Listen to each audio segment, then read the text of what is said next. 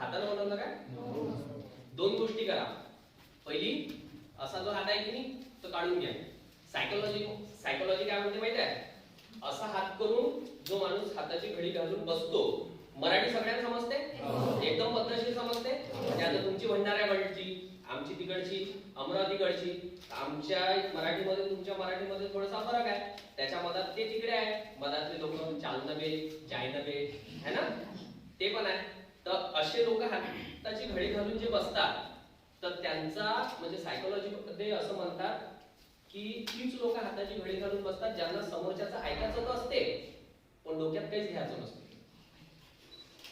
ठीक आहे.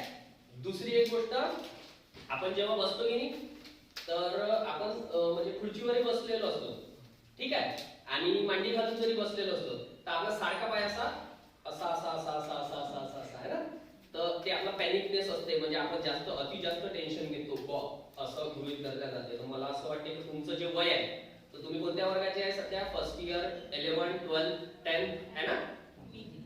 मॅक्सिमम काय आहे म्हणजे second year, first year, PG मध्ये कोण कोण आहे? पोस्ट ग्रॅज्युएशन म्हणजे एमए, एमकॉम, एमएससी असं कोण आहे? अच्छा, तुम्ही आहे म्हणजे ठीक आहे. पीजी लास्ट आहे, बरोबर. एवढे सिरियस याच्यात हात लिहिला पेपर होते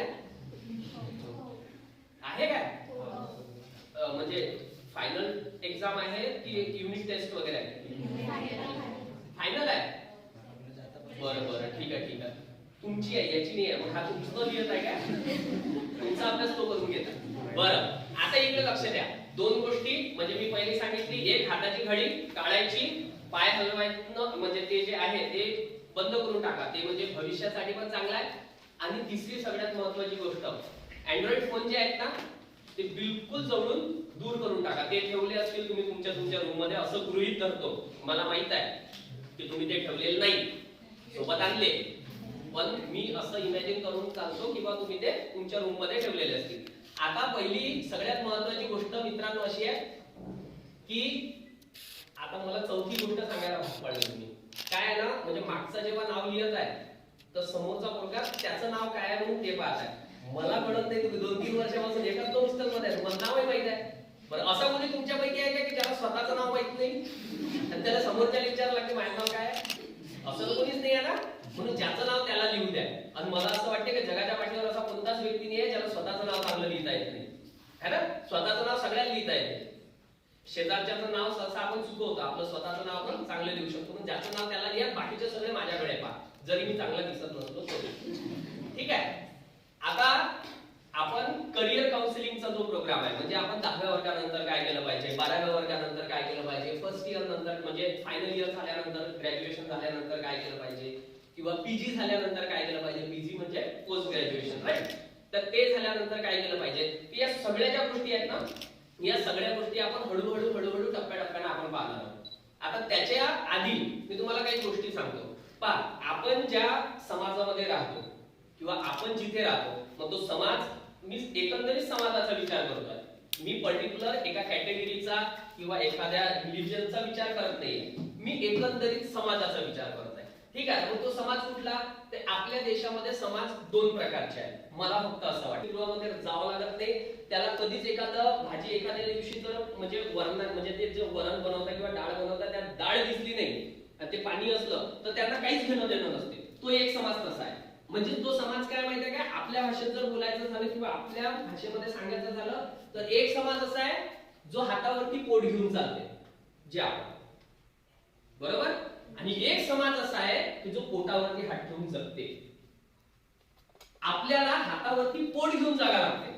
100 रुपयाची मजुरी जेव्हा बाप करते तेव्हा आपल्याला काय मिळते? 2 वेळचं अन्न. म्हणजे आपल्या सर्वांचं पोट कशावर आहे? हातावर आहे. आणि ती लोक काय करतात, जी श्रीमंत आहे, त्यांच्या पोटामध्ये अन्न गेलं की ते पोटावरती हात ठेवून 100 पावलं चालतात, कारण त्यांचं अन्न पचलं पाहिजे. आपल्या पोटालाच मिळत नाही तर आपलं अन्न पचणार कसं, है ना. आपल्या पोटालाच अन्न मिळत नाही तर आपण पचवणार कसं आहे. आणि त्यांना मिळतं म्हणून ते त्यांचा आपले हात म्हणजे आपलं जे पोट आहे ना ते आपल्या हातावर आहे, त्यांचा हातावर पोट, आपल्या हातावर पोट आहे, त्यांच्या पोटावर हात आहे.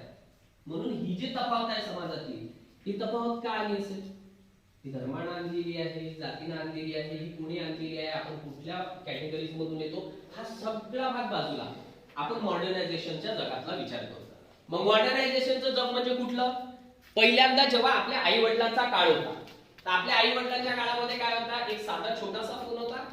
त्या छोट्याशा फोन मधून आपल्या आई वडिलांना एसएमएस, कॅमेरा, म्हणजे आपला चेहरा एकाच कॅमेऱ्यात दिसते, पण त्याला 3-4 कॅमेरे असतात फोनला, असाही कॅमेरे असतात है ना. म्हणजे असे फोन आहेत, असे पुष्कळशे फोन आहेत. मग असे सगळे फोन असताना आपल्या सोबत झालं काय माहितीये का, की एक वेळ असा होता, जी आमची पिढी होती, म्हणजे मॅडमची पिढी आहे, सरांची पिढी आहे, त्यावेळेस काय व्हायचं की कोणतीही गोष्ट आम्हाला जर करायला लागायची, म्हणजे आम्हाला जर वाटलं की आम्हाला काहीतरी करायचं आहे, तर आम्ही पहिले धावत जायचो आणि आम्ही आपल्या आई वडिलांना विचारायचो की बाबा हे करू का, आई हे करू का. आताची पिढी एवढी ऍडव्हान्स आहे की त्यांना, म्हणजे आमच्या पिढीच्या वेळेस असं होतं की आमचे आई वडील सर्वात हुशार, आम्ही जे काही करायचं असेल, ठीक आहे, जे काही करायचं असेल ते आई वडिलांना विचारायचो. तुमच्या पिढीत काय होते माहितीये का? तुमच्या पिढीत तुम्हीच सगळ्यात जास्त हुशार आहे असं तुम्हाला वाटतंय. आपण आई बाबाला काहीच विचारत नाही. आणि मग जेव्हा आपल्या आई बाबाला एखादी गोष्ट आपण विचारली, थांब ना, तुला काय समजते, तू तर मोबाईल मध्ये नंबर सेव्ह नाही करत आहे है ना, म्हणतो ना आपण. आणि आपली आई केव्हा म्हणते, तुमच्यापैकी कोणी इंजिनिअरिंगला आहे? नाहीये. पण इंजिनियर तोपर्यंत इंजिनियर होत नाही म्हणतात जोपर्यंत तो घरातला ट्यूबलाईट दुरुस्त करत नाही. आणि आपल्या आई वडिलांच्या समोर आपण जर ट्यूबलाईट दुरुस्त केला नाही, तर आपले आई वडील काय म्हणतात माहिती आहे का? आपली आई नेमकी म्हणते, ट्यूबलाईट तर दुरुस्त करता येत नाही तुला, काय नाही इंजिनियर झाला तू. म्हणते आयटी वाल्यांचं पण तसंच आहे, टेस्टर कुठं लावावं लागते हे तर समजत नाही तुला, कायचा आयडिया गेला ते म्हणते की नाही. आणि मग एखादा आर्ट्स वाला असेल तर त्याला मग आपल्या सिलेबस मध्ये शिवाजी महाराज 4थ्या वर्गात तुम्हाला कदाचित 3ऱ्या 4थ्या वर्गात 7व्या वर्गात शिकवले असतील, आणि तुम्ही जर मग इतिहास नावाचा एक सब्जेक्ट निवडला समजा, आणि तुम्ही पीजी करून राहिली हिस्ट्री मध्ये किंवा पॉलिटी मध्ये, तर मग आपले आई वडील म्हणतात की एखादं तुम्हाला जे माहित असते ते त्यांना अजिबात माहित नसते, पण त्यांना जे माहित असते असं एखादं नाव विचारतात तर तुम्हाला सांगतात की हे म्हणजे काय. आपली सगळी हिस्ट्री पण तिथं म्हणजे आत्महत्या करते, आपली पॉलिटी आत्महत्या करते, आपली मराठी आत्महत्या करते, म्हणजे सगळे विषय आपले आत्महत्या करते ना, आपण फक्त असे एकसारखे पाहतात है ना. असं आपल्यासोबत होते. म्हणून काय, ह्या सगळ्या गोष्टी का घडल्या, या सगळ्या गोष्टी का घडल्या असेल, किंवा या सगळ्या गोष्टी आपण का केल्या असतील, याचं सगळ्यात मोठं कारण माहिती काय, की आपण जेव्हा शाळेमध्ये असायचो ना, तर शाळेमध्ये असताना आपल्याला नेमकी एक सवय असायची. ते सवय अशी होती की समोरच्या बेंचवर एक आपली मैत्रीण बसली किंवा मित्र बसला, तर नेमका शाळेच्या वेळेस काय करायचो आपण, जेव्हा आपण शाळेत असायचो तेव्हा तिच्याकडनं पेन्सिल उधार मागायची, कधी कधी स्केल उधार मागायची, कधी कधी म्हणायचं रबर आणला काय त्या, कधी कधी पेनातली रिफिल संपली तर देणे एखादा पेन, कोणी कोणी एवढे बहादर होते का 100 पेजेसचं बुक दुसऱ्याचं घ्यायचे है ना, असं होतं. तर हे सगळं का होतं माहितीये का? हर्षल सर आहेत ना जे आता आले होते, ते आणि मी, आमच्या वयाचे 2 मित्र होते, खूप चांगले मित्र होते. त्या दोघांचं लग्न झालं, म्हणजे दोघांपैकी एकाचं लग्न झालं. आणि लग्न झाल्यानंतर तो जो पहिला मित्र होता ज्याचं लग्न झालेलं होतं, त्यानं ज्याचं लग्न झालेलं नाही याच्याकडे गेला आणि त्याला म्हणायला लागला की मित्रा म्हणे माझ्या लग्नाला 3 वर्ष झाली, आणि लग्न झालं तेव्हापासून माझी बायको निव्वळ माझ्यासंग भांडून राहिली, मी काय करू. आता हा लग्न न झालेला पोरगा, यानं त्याला सजेशन दिलं, यानं सल्ला दिला. हा सल्ला कोणता होता, एक काम कर, आज संध्याकाळी घरी जाय, बायकोनं जो स्वयंपाक बनवला असेल, जे भाजी बनवली असेल, ताटात ते भाजी वाढली की त्या भाजीची तारीफ कर. या मित्राचा सल्ला यानं ऐकला. हा संध्याकाळी घरी गेला, बायकोनं ताट वाढलं, ताटात भाजी वाढली, पोळी वाढली, यानं ताटातली पोळी तोडली, भाजीत घास डुबवला, डुबवल्यानंतर तोंडात टाकला, आणि तोंडात टाकल्याबरोबर बायकोची तारीफ करायला सुरुवात केली, म्हणे वा काय सुरेख भाजी केली म्हणे. बायको किचन मधून बाहेर आली, तेच ताट उचललं, फाडकन त्याच्या कपड्यात टाकलं, आणि बायको त्याला म्हणे मेल्या 3 वर्ष झाले माया हातची भाजी तुला खाऊ घालून राहिली होती, ते तुला आवडली नाही, आणि आज नेमके भंडाऱ्यातून आणली ते तुला आवडली म्हणे. आपलं तसंच होतं, आपण त्याच्या पेन्सिला रबर त्याच्या स्केला विकत घेतल्या होत्या, त्या साऱ्या शेजारच्या घ्यायच्या होत्या, साऱ्या भंडाऱ्यातून आणलेल्या होत्या. मग आपलं स्वतःचं काहीतरी नव्हतं ना, म्हणून आपला जो आताचा शैक्षणिक संसार ज्याला आपण म्हणतो, तो शैक्षणिक संसार जो आहे ना, तो सुखाचा नाही आहे, तो असा कुजबुजलेल्या अवस्थेत आहे. म्हणजे वाटते ना असं करिअर सोबत आपण काय केलं पाहिजे, तुम्हाला वाटते ना कधी कधी असं करिअर सोबत काय केलं पाहिजे? मला वाटते असं पोलीस बनलं पाहिजे, मग पोलीस बना, वनरक्षक बना, आयटीआय करून कंपनीत जाव, है ना, तलाठ्याच्या परीक्षा द्याव, एमपीएससी कराव, का विश्वास नागरे पाटलाचं एखादं भाषण ऐकून आयपीएस व्हाव, आयएएस व्हाव, का अन्सार शेख सारखं सगळ्यात कमी वयात आयएएस व्हाव, है ना, असं वाटते ना? असं सगळ्यांना प्रत्येकाला वाटते. मग काही काही लोकांना वाटत असं एपीजे अब्दुल कलाम सर जसे म्हणून गेले की इंजिनियरच झालं पाहिजे, तर मग इंजिनियरच झालं पाहिजे बा, मोठ्या कंपनीत गेलं पाहिजे, आपले दादा ताई वगैरे सगळे लोक असले पाहिजे. असं सगळं होण्यासाठी आपल्याला काय करावं लागेल? सगळ्यात आधी आपल्यामध्ये काय आहे ते सगळ्यात आधी ओळखलं पाहिजे. बरोबर आहे? आपल्यामधल्या क्षमतांचा विकास आपण केला पाहिजे. आपल्यामधल्या क्षमता आपण कशा ओळखतात? आपल्यामध्ये कोणत्या क्षमता होत्या, काय क्षमता होत्या ते आपल्याला सहज समजणार आहे काय? की म्हणजे जादूची काठी फिरवली आणि मग आपल्याला समजलं की आपल्यामध्ये क्षमता आहे. म्हणजे तिथं बघाशी मी मॅडमच्या ऑफिस मध्ये गेलो, तिथं खाली जेवण, आजचे जेवण असं लिहिलं होतं, खाली ताट होतं. ठीक आहे, तर मग त्या भाजीत पाहून आपल्याला भाजीत पोळी डुबवल्यानंतर आपल्याला समजून काय आपल्या आज आपण वांग्याची भाजी जेवलो.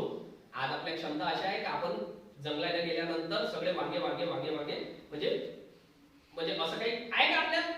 म्हणजे काहीतरी अशी जादूची काठी फिरवल्यानंतर मग त्या क्षमता ओळखायच्या कशा? त्या क्षमता ओळखण्यासाठी आपल्याला काही गोष्टी ठराविक आहेत, पण ते काय आहे? ते तुमच्या स्वतःच्या नैतिक मूल्याचा विकास करता आला पाहिजे. मग नैतिक मूल्य म्हणजे काय? हा जरा जास्त भारी शब्द आहे. नैतिक मूल्य कशाला म्हणतात, है ना? बरोबर.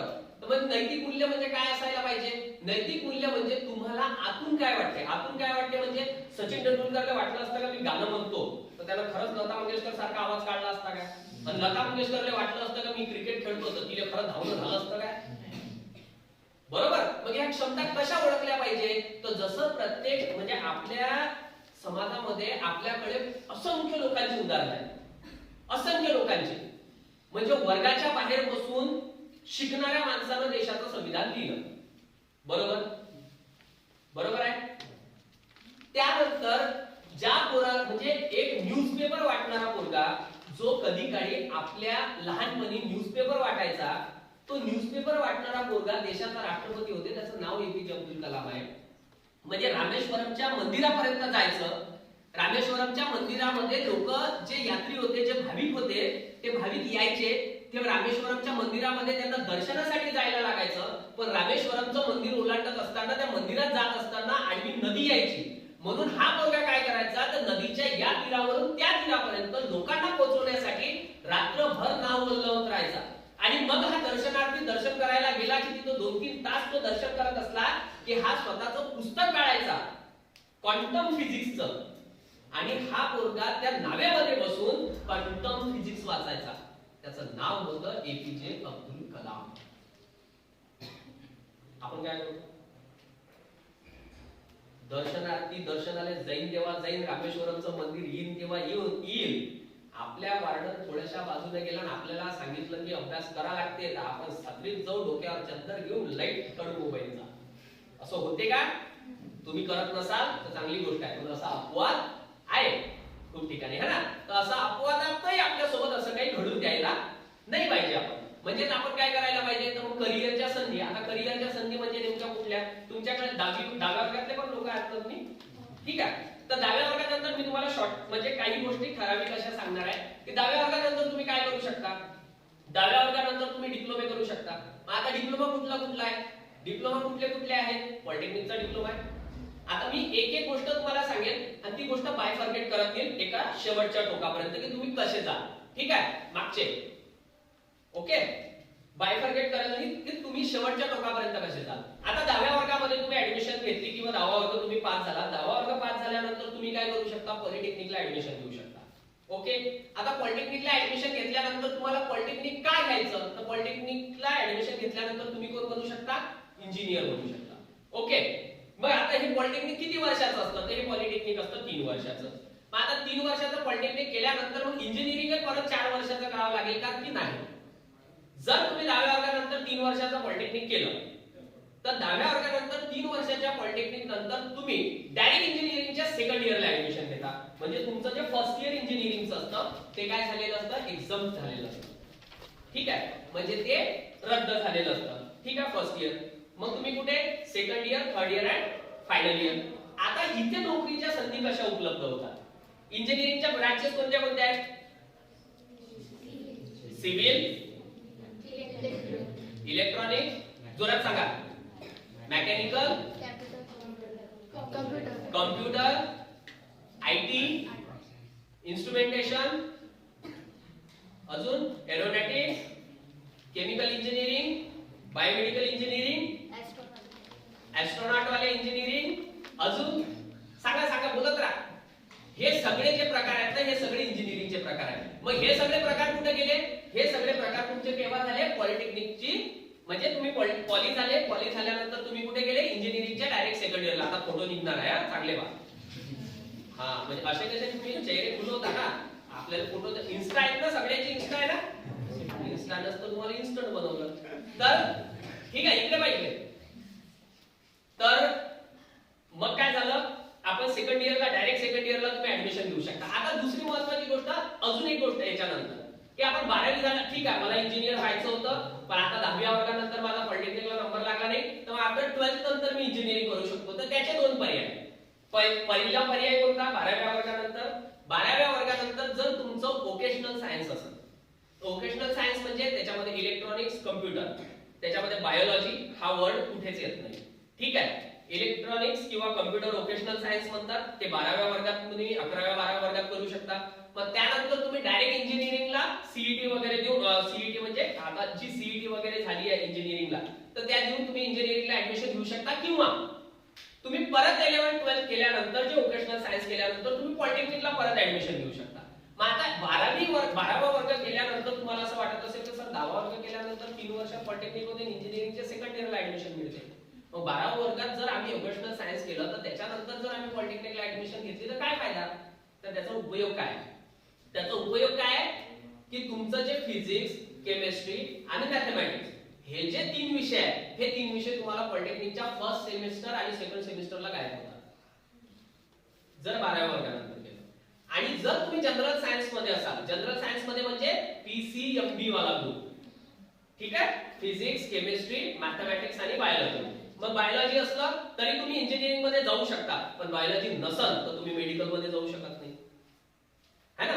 इथं गडबड आहे. मग आता जर समजा फिजिक्स, केमिस्ट्री, मॅथमॅटिक्स आणि बायो असा जर 4 विषय जर तुमच्याकडे असेल, तर इथे पण पॉलिटेक्निक मध्ये गेल्यानंतर एक फायदा आहे की इथे पण फिजिक्स, केमिस्ट्री हे 2 विषय काय होतात? एक्झाम होतात.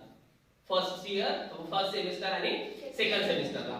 हा झाला इंजिनिअरिंगचा पार्ट. आपण मोठ्या मोठ्या एज्युकेशन पासून छोट्या छोट्या कडे येतो. म्हणजे आपलं स्वप्न असते ना, पहिले काय आहे, सगळ्यात पहिले तुम्ही तुमच्या घराजवळच्या आजूबाजूचे तुमच्या गावाखेड्यातले जे काही दादा ताई वगैरे असेल, जे UPSC ची एक्झाम करत होते ना, प्रिपरेशन करत होते, पहिले तो IAS बनायचं असते, मग त्याला MPSC ची पेपर द्यायचे असते, मग PSI STI वर येते, मग STI PSI वर आल्यानंतर मग तलाट्यावर येतो, तलाट्यावर आल्यानंतर मग क्लास 3 वर येतो, क्लास 3 वर आल्यानंतर ग्रुप D वर येतो, मग ग्रुप D वर आल्यानंतर रेल्वेचा ग्रुप D चा पेपर देतो, आणि मग ते नाही झालं तर परिचरचा पेपर देतो, आणि नाही झालं परिचर तर मग काय आशा वर्कर बनतो,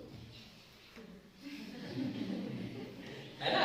म्हणजे ही काय, ही प्रोसेस आहे. मग या प्रोसेस मध्ये काय, म्हणून मी सुरुवातीचा शब्द माझा काय होता, माझा सर्वात सुरुवातीचा शब्द हा होता की तुम्ही स्वतःच्या आतमध्ये तुम्हाला काय आहे ते ओळखता आलं पाहिजे, राईट. म्हणजे तुम्हाला जर वाटत असो तुम्हाला चांगली लगोरी खेळता येते, म्हणजे तुम्ही क्रिकेट मध्ये चांगले खेळू शकता का?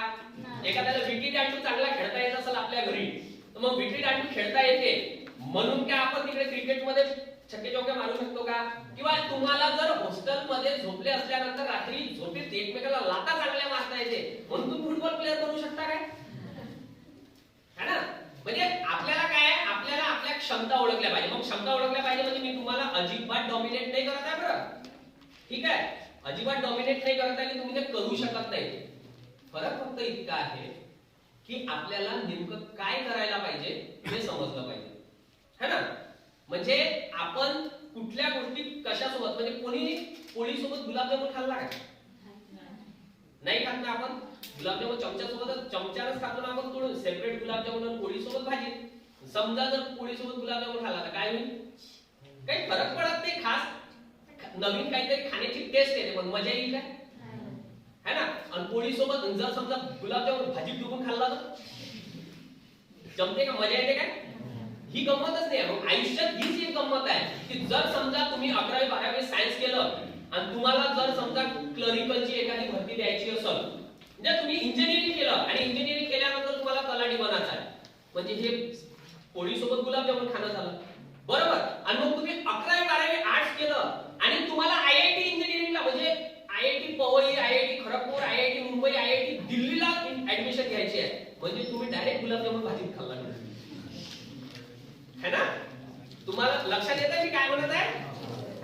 म्हणजे जर तुम्ही आर्ट्सला ऍडमिशन घेतली आहे, म्हणजे या गोष्टीचा विचार करा की 11वी 12वी जर आर्ट्सला ऍडमिशन घेतली आणि मग जर आपण IITचा विचार करत असू किंवा मग मला MBBS डॉक्टर वगैरे बनायचं आहे किंवा BAMS वगैरे करायचं आहे, तर मग डायरेक्ट गुलाबजामुन भाजीत डुबवला आणि तो चमच्यात मिक्स करून खाल्ला, अशी सगळी अवस्था आपली होते. म्हणून जर ह्या सगळ्या गोष्टी करायच्या असतील आपल्याला काय करावं लागेल, एक ठराविक आपला मार्गक्रमण करावं लागेल. मग आता मार्गक्रमण करत असताना आपण पहिली फील्ड पाहिली इंजिनिअरिंगची, आता दुसरी फील्ड बघू आपण MBBS मध्ये. ठीक आहे. आता काही लोक तुमच्यापैकी असे असतील का, सर आम्हाला डॉक्टर नाही म्हणायचं ना बा, आमचं झालं ना ग्रॅज्युएशन, तुम्ही आमचं सांगा काहीतरी, तुमच्यावर येईल वेळ आहे. जेवणाची सुट्टी 9 वाजता होते तुम्हाला, मग 7 वाजता, आज 2 घंटे लेट जेवू आहे ना. तर म्हणजे तुमच्या एवढं नाही जाऊ, लवकरच येऊ. तर ही जे प्रोसेस आहे, ही प्रोसेस काय, ही प्रोसेस कशी येणार आहे. मग आता तुम्ही मेडिकल मध्ये आले, 11वी 12वी सायन्स कोण कोण आहे, वा शाबाश. ठीक आहे, तुला काय बनायचं आहे असं वाटते, सांग सांग सांग सांग, घाबरायचं नाही. Doctor, okay. तिकडे कोणा हात वर केला होता, काय बनायचं आहे, इंजिनियर, तलाठी. 11वी 12वी सायन्स केल्यानंतर चालते, 12वीच्या बेसिसवर तलाठीच्या परीक्षा तुम्ही देऊ शकता. म्हणजे डायरेक्ट कॉम्पिटिटिव्हला जायचं आहे, मग 11वी 12वी पासून कॉम्पिटिटिव्हच्या एक्झामची प्रिपरेशन करायची आहे.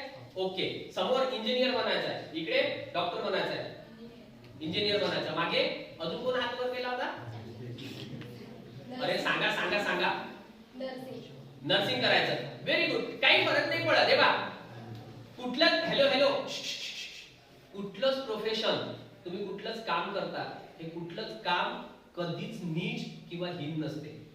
माझा मित्र डॉक्टर आहे आणि मी जर चप्पल शिवत आहे, तर याचा अर्थ तो खूप जास्त म्हणजे हाय क्लास आहे आणि मी लो क्लास आहे असा अजिबात बाळगायचा नाही.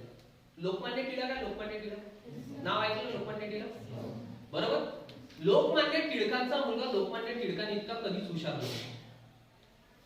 पण लोकमान्य टिळकांना जेव्हा हा प्रश्न विचारला गेला की म्हणजे तुमचा मुलगा तुमच्या इतका हुशार नाही, तुमचा मुलगा तुमच्या इतकी सामाजिक क्रांती घडवत नाही, मग तुम्ही काय कराल, तेव्हा टिळकांनी काय उत्तर दिलं माहिती आहे, माझा मुलगा जर चप्पल शिवायचं काम करत असेल ना तरी मला त्याचा अभिमान.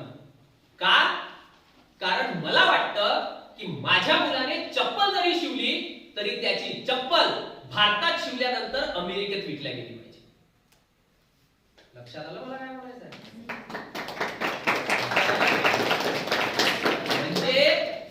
म्हणजे तलाठी बनून एखादा जर तुमच्या गावातली रेती चोरून देत असेल तर त्याच्या रॉयल्टीचे पैसे खाण्यापेक्षा मी किती इमानदारीने समाजाची सेवा करेल, हा नैतिक गुणधर्म जोपर्यंत तुमच्यामध्ये येत नाही तोपर्यंत तुमच्या जाणीवा ज्या आहेत ना, ज्या नैतिक जाणीवा ज्या आहेत ना, त्या कधी चांगल्या होऊ शकत नाही. मला एक गोष्ट सांगा, समजा ही MBBS डॉक्टर झाली आणि ही खूप मोठी सर्जन झाली आणि ही अपोलो हॉस्पिटल किंवा तिकडे मुंबईच्या एखाद्या मोठ्या हॉस्पिटलमध्ये आहे आणि तो तलाठी बनून आहे किंवा इथे कोणीतरी एक नर्सिंग बनून आहे.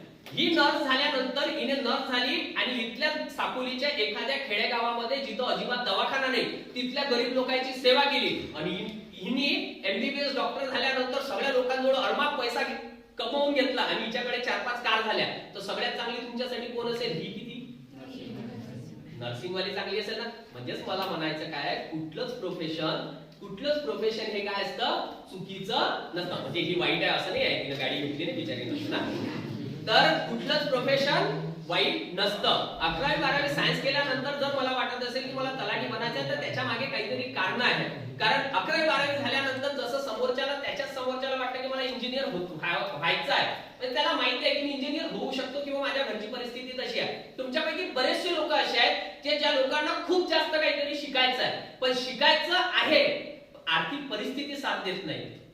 म्हणून आपल्या सर्वांचं जे आहे ते कुठेतरी नैतिक दडपणाच्या माध्यमातून किंवा आर्थिक दडपणाच्या माध्यमातून काय झालेलं आहे, शिक्षण कुठेतरी खुंटलेलं आहे ना. म्हणजे मी सुरुवातीला जसं सांगितलं, 2 समाज, हातावरती पोट आणि पोटावरती हात. आपण हातावरती पोटवाल्या माणसं.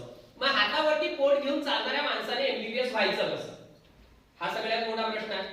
मग आता हातावरती पोट घेऊन चालणाऱ्या माणसाने MBBS जर व्हायचं असेल, एखाद्या मुलीने MBBS व्हायचं असेल, मुलाने MBBS, BHMS, BAMS किंवा डेंटिस्ट वगैरे व्हायचं असेल, तर मग हे कसं व्हायचं, याच्यासाठी सगळ्यात मोठा जो त्याग आहे किंवा जो सगळ्यात मोठं जे समर्पण आहे ते समर्पण आहे तुमचं नीटची एक्झाम क्रॅक करणे. नीट, NEET, नीट. ठीक आहे. तर ही जी नीटची एक्झाम आहे ना, ही 11वी 12वी झाल्यानंतर तुम्हाला ती नीटची एक्झाम क्वालिफाय करायला लागणार. दोन गोष्टी आहेत. एक, मी तुम्हाला वास्तविक परिस्थितीशी सुद्धा अवगत करून देतो आणि कसं जायचं ते सुद्धा. माझं मी इंजिनिअरिंग केलं आणि मी माझं मास्टर इंजिनिअरिंग सुद्धा केलं. ह्या दोन्ही गोष्टी जेव्हा मी केल्या ना, तर माझं इंजिनिअरिंग 370 रुपयात झालं. प्रत्येक वर्षीची माझी 370 रुपये फीस असायची. त्याच्या मागचं कारण तुम्हाला नंतर सांगतो. तुझं मेडिकल हे जास्तीत जास्त 10,000 4 वर्षाचं मेडिकल होऊ शकते, पण काही ठिकाणी मेडिकल असं पण होते, म्हणजे MBBS, BHMS, BAMS ला ज्या ऍडमिशन होतात त्या ऍडमिशनही कशा होतात माहितीये का, 40 45 लाख रुपयात सीट रिझर्व्ह करतात. बरोबर आहे. तुमच्या डिफार्मच्या सीट ह्या 70 म्हणजे 3 4 लाख किंवा 15 लाख रुपयात रिझर्व्ह केल्या जातात. आणि त्या सीट्ससाठी ते काय करावं लागतं, म्हणजे तेवढं डोनेशन द्यावं लागते. पण मला सांगा, तुम्ही कधी काळी नीट एक्झाम क्रॅक केल्यानंतर गव्हर्नमेंट कॉलेज ऑफ मेडिकल सायन्सला ऍडमिशन घेतलेल्या एखाद्या मुलाशी भेटले? नाही भेटले. जर तुम्हाला ते करायचं असेल, तुम्हाला जर नीट करायची असेल, म्हणजे तुम्हाला जर मेडिकल मध्ये जायचं असेल, तर तुम्हाला काय करावं लागेल, नीट पहिल्यांदा क्वालिफाय करावी लागेल. आणि ती नीटची एक्झाम क्वालिफाय केल्यानंतर तुम्ही काय व्हाल, मेडिकल मध्ये इझिली, म्हणजे गव्हर्नमेंटचं जसं आता शासकीय वसतिगृहामध्ये आपण राहतोय ना, अशा शासकीय म्हणजे मेडिकलच्या जे कॉलेजेस असतील त्या कॉलेजेस मध्ये काय करू आपण, ऍडमिशन घेऊ शकतो आणि अगदी कमी पैशात आपल्या या सगळ्या गोष्टी होऊ शकतात. उलट तर गव्हर्नमेंट तुम्हाला स्कॉलरशिप पण देऊ शकते नाही, देतेच. ठीक आहे. आणि तुमचं सगळं शिक्षण हे काय होते, मोफत होते. हे सगळं केव्हा होईल, पण काय होईल, बरोबर. नीटची प्रिपरेशन केल्यानंतरच होईल की तशी होईल का, होईल का बा? तुमच्यापैकी आहे का कोणी, म्हणजे नाना पटोले लग्न लागला तर होते, तसं आपलं तर काही आहे नाही, है ना. इंस्टाग्रामवर चांगले आपण 5 दिवसात असून 2-4 रील बनवले तर तेव्हाही होते, है ना. असं सगळं होते. पण आपल्याला आपण करतो का तसं? आपण असं अजिबात करत नाही. आजकाल ते इंस्टा रील बनवून शेरोशायरी वगैरे केली तर मग सगळंच होतं, व्यवस्थित होते. पण तसं आपल्यात काहीच नाही आहे. म्हणून आपल्याला काय करावं लागेल, सुरुवातीला अभ्यासच करावा लागेल. तुमच्यापैकी कोणी असं आहे ज्याला कवी बनायचं आहे, कोणाला लेखक बनायचं आहे? असं कोणीच नाही. हे दयनीय अवस्था आहे. असं नाहीच आहे. पण तुमच्यापैकी कॉलेजच्या गॅदरिंग्स वगैरे होत असतील. कॉलेजच्या गॅदरिंग मध्ये तुम्ही ते बुकलेट वगैरे बनत असेल, है ना. तुमच्या कॉलेजच्या गॅदरिंगच्या मॅगझिन्स वगैरे बनतात, त्या तुम्हाला सांगतात ना, सांगतात की नाही, कविता वगैरे लिहायला, है ना, सांगतात ना. शेरोशायरी तुमच्या नावानं तुम्ही लिहिता, असं करतात तुम्ही सगळे. आमच्या कॉलेजमध्ये असायचं तसं. आमच्या कॉलेजमध्ये अशा शेरोशायरी कविता वगैरे लिहायची पोरं. मग ते लिहित असताना माहिती आहे का, एक दिवस काय झालं, एका पोराने एक शायरी लिहिली. ठीक है, एका पोराने एक शायरी लिहिली, म्हणे वो जिस रास्ते से चले वो जमी चूम ली म्हणे हमने. ठीक है, वो जिस रास्ते से चली गई वो जमी चूम ली हमने, लेकिन वो इतनी बेवफा निकली कि घर पर जाके बोली, काकू तुमचं पोरगं माती खाते. आता जर आपण माती खात असू तर अभ्यास होईल का? म्हणून माती खायची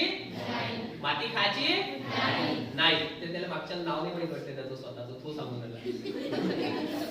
ठीक आहे. तर म्हणून काय करायचं, माती खायची नाही. आपल्या जीवनात एकच असते खंत, है ना. ह्या सगळ्या गोष्टी आपण काय करतो, ज्या वयात आपल्याला खूप जास्त सिरियस व्हायचं असते ना, त्या वयात आपण खूप जास्त कॅज्युअल असतो.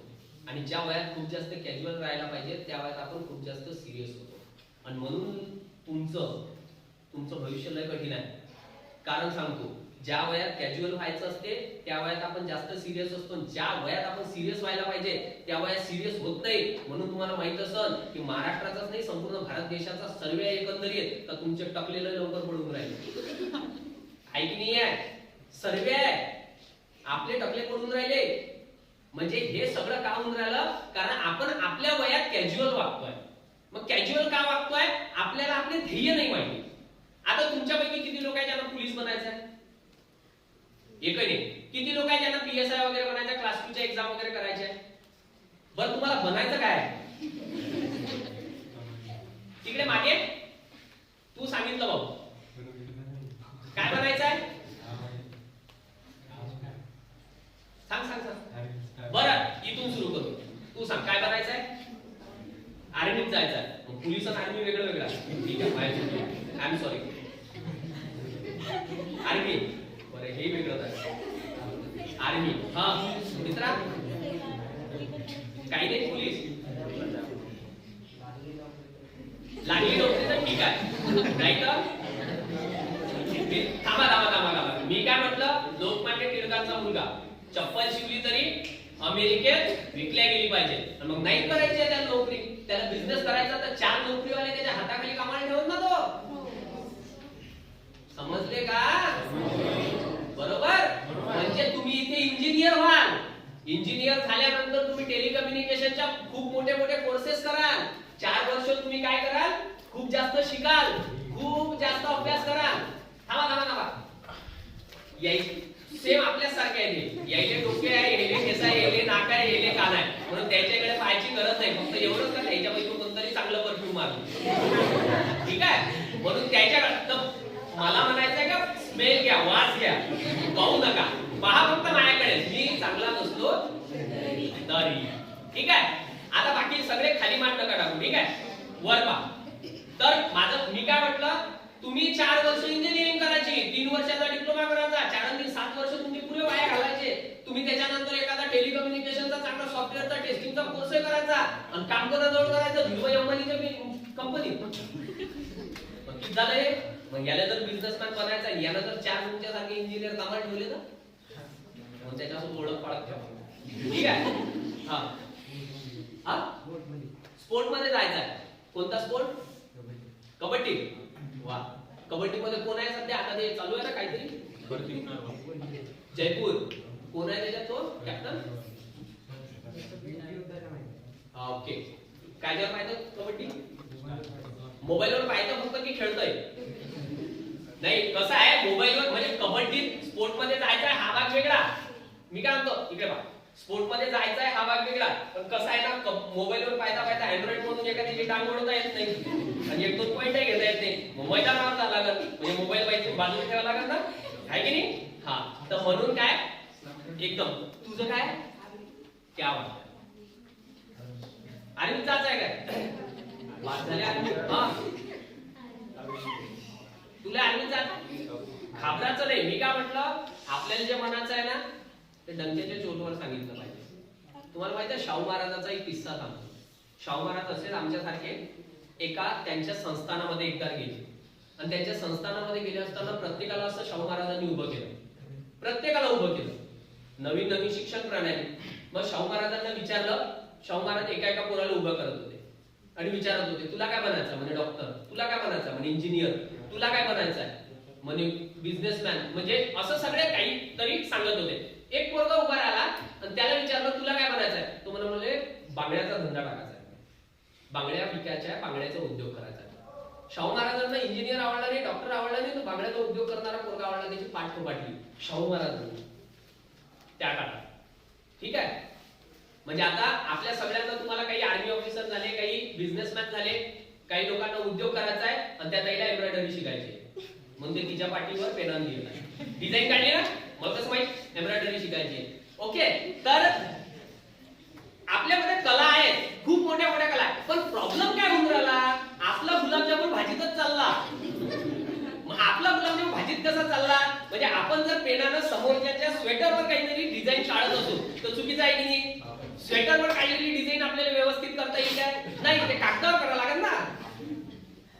समजत आहे ना मला काय म्हणायचं आहे? म्हणजे ह्या ज्या सगळ्या गोष्टी, ह्या सगळ्या गोष्टी कशा कराव्या लागतील, आपल्याला त्या शिकाव्या लागतील, त्या है ना. मग ह्या सगळ्या गोष्टी आपल्याला व्यवस्थित पाहाव्या लागतील, राईट. तिकडे अजून आर्मी, इंजिनियर. तिकडे मागे नेव्ही. बरं, तू इंजिनिअरिंग, नेव्ही, इंडियन नेव्ही कोणत्या वर्गात आहेस? 11वीला. काय आहे? Arts, commerce, science? कोणतं? General, vocational? Plain science, physics, chemistry, biology. शाबास. म्हणजे एनडीए च्या एक्झाम ये याला पहा, ठीक आहे. चला, तिथं मनात नको बसू, इकडेच बस बाजू. अरे हा लागला नोकरी, ठीक आहे. मी काय म्हणतो, तुम्हाला भूक लागणार नाही, गॅरंटी आपली. तुमचे चेहरे हसतच राहतील. तुम्ही मला माहिती आहे रडत बिडत आले काय 2-2 घंटे बदलावून लावते है ना, असंच होतं तुमचं. कधी कधी जो कार्यक्रम होता ते मी तर सारे बोलत होते, काहीच बोल नाही होत तुम्ही. मी सांगतो ना एवढं चांगलं सांगून जाईल की तुम्ही विचार करसाल की सर डबल बोलावं. ठीक आहे असं. तर या सगळ्या गोष्टी आपण हसत वेळेला शिकतात. पण मी काय म्हणतो जे हसायचं आहे तेच मटेरियल डोक्यात घ्याल, जे महत्वाचं आहे ते जर सोडून द्याल तर मग माझा सांगून काही उपयोग होणार नाही. बरोबर. मला जे सांगायचं आहे म्हणजे आपण कोणत्या कोणत्या ब्रांचेस पाहिल्या, इंजिनिअरिंग पाहिली, बोल सांग, इंजिनिअरिंग ओके, एमबीबीएस म्हणजे मेडिकल, मेडिकल पाहिलं, इंजिनिअरिंग पाहिली. आता आपण कुठे जाऊ, आर्मीवर जाऊ. मेजॉरिटी इथपर्यंत आलो, तुझ्यापर्यंत आलो होतो ना. आपण पहिले इंडियन नेव्ही म्हणजे जो इंडियन नेव्ही वाला नवीन कन्सेप्ट आहे की आपण कसं करू शकतो, तुम्ही लोक पण जाऊ शकता. इंडियन नेव्ही म्हणजे Indian navy, Indian air force, Indian army plus तुमच्यासाठी एअरफोर्स मध्ये आले आहेत वॅकन्सीज, इंडियन नेव्ही मध्ये पण आले आहेत आणि याच सोबतच तुमच्यासाठी एअर होस्टेस म्हणून पण आहे.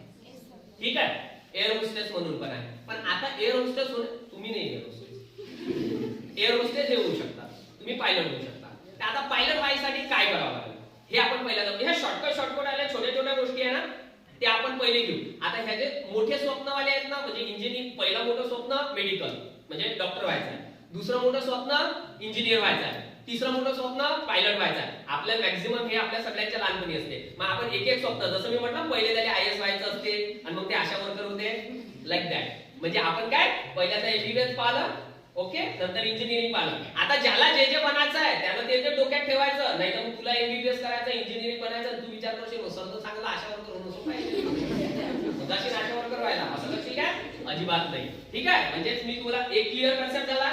नीटच्या एक्झाम साठी फुल प्रिपरेशन करायची, फुल ताकदनं अभ्यास करायचा है ना, या सगळ्या गोष्टी प्लस हॅलो.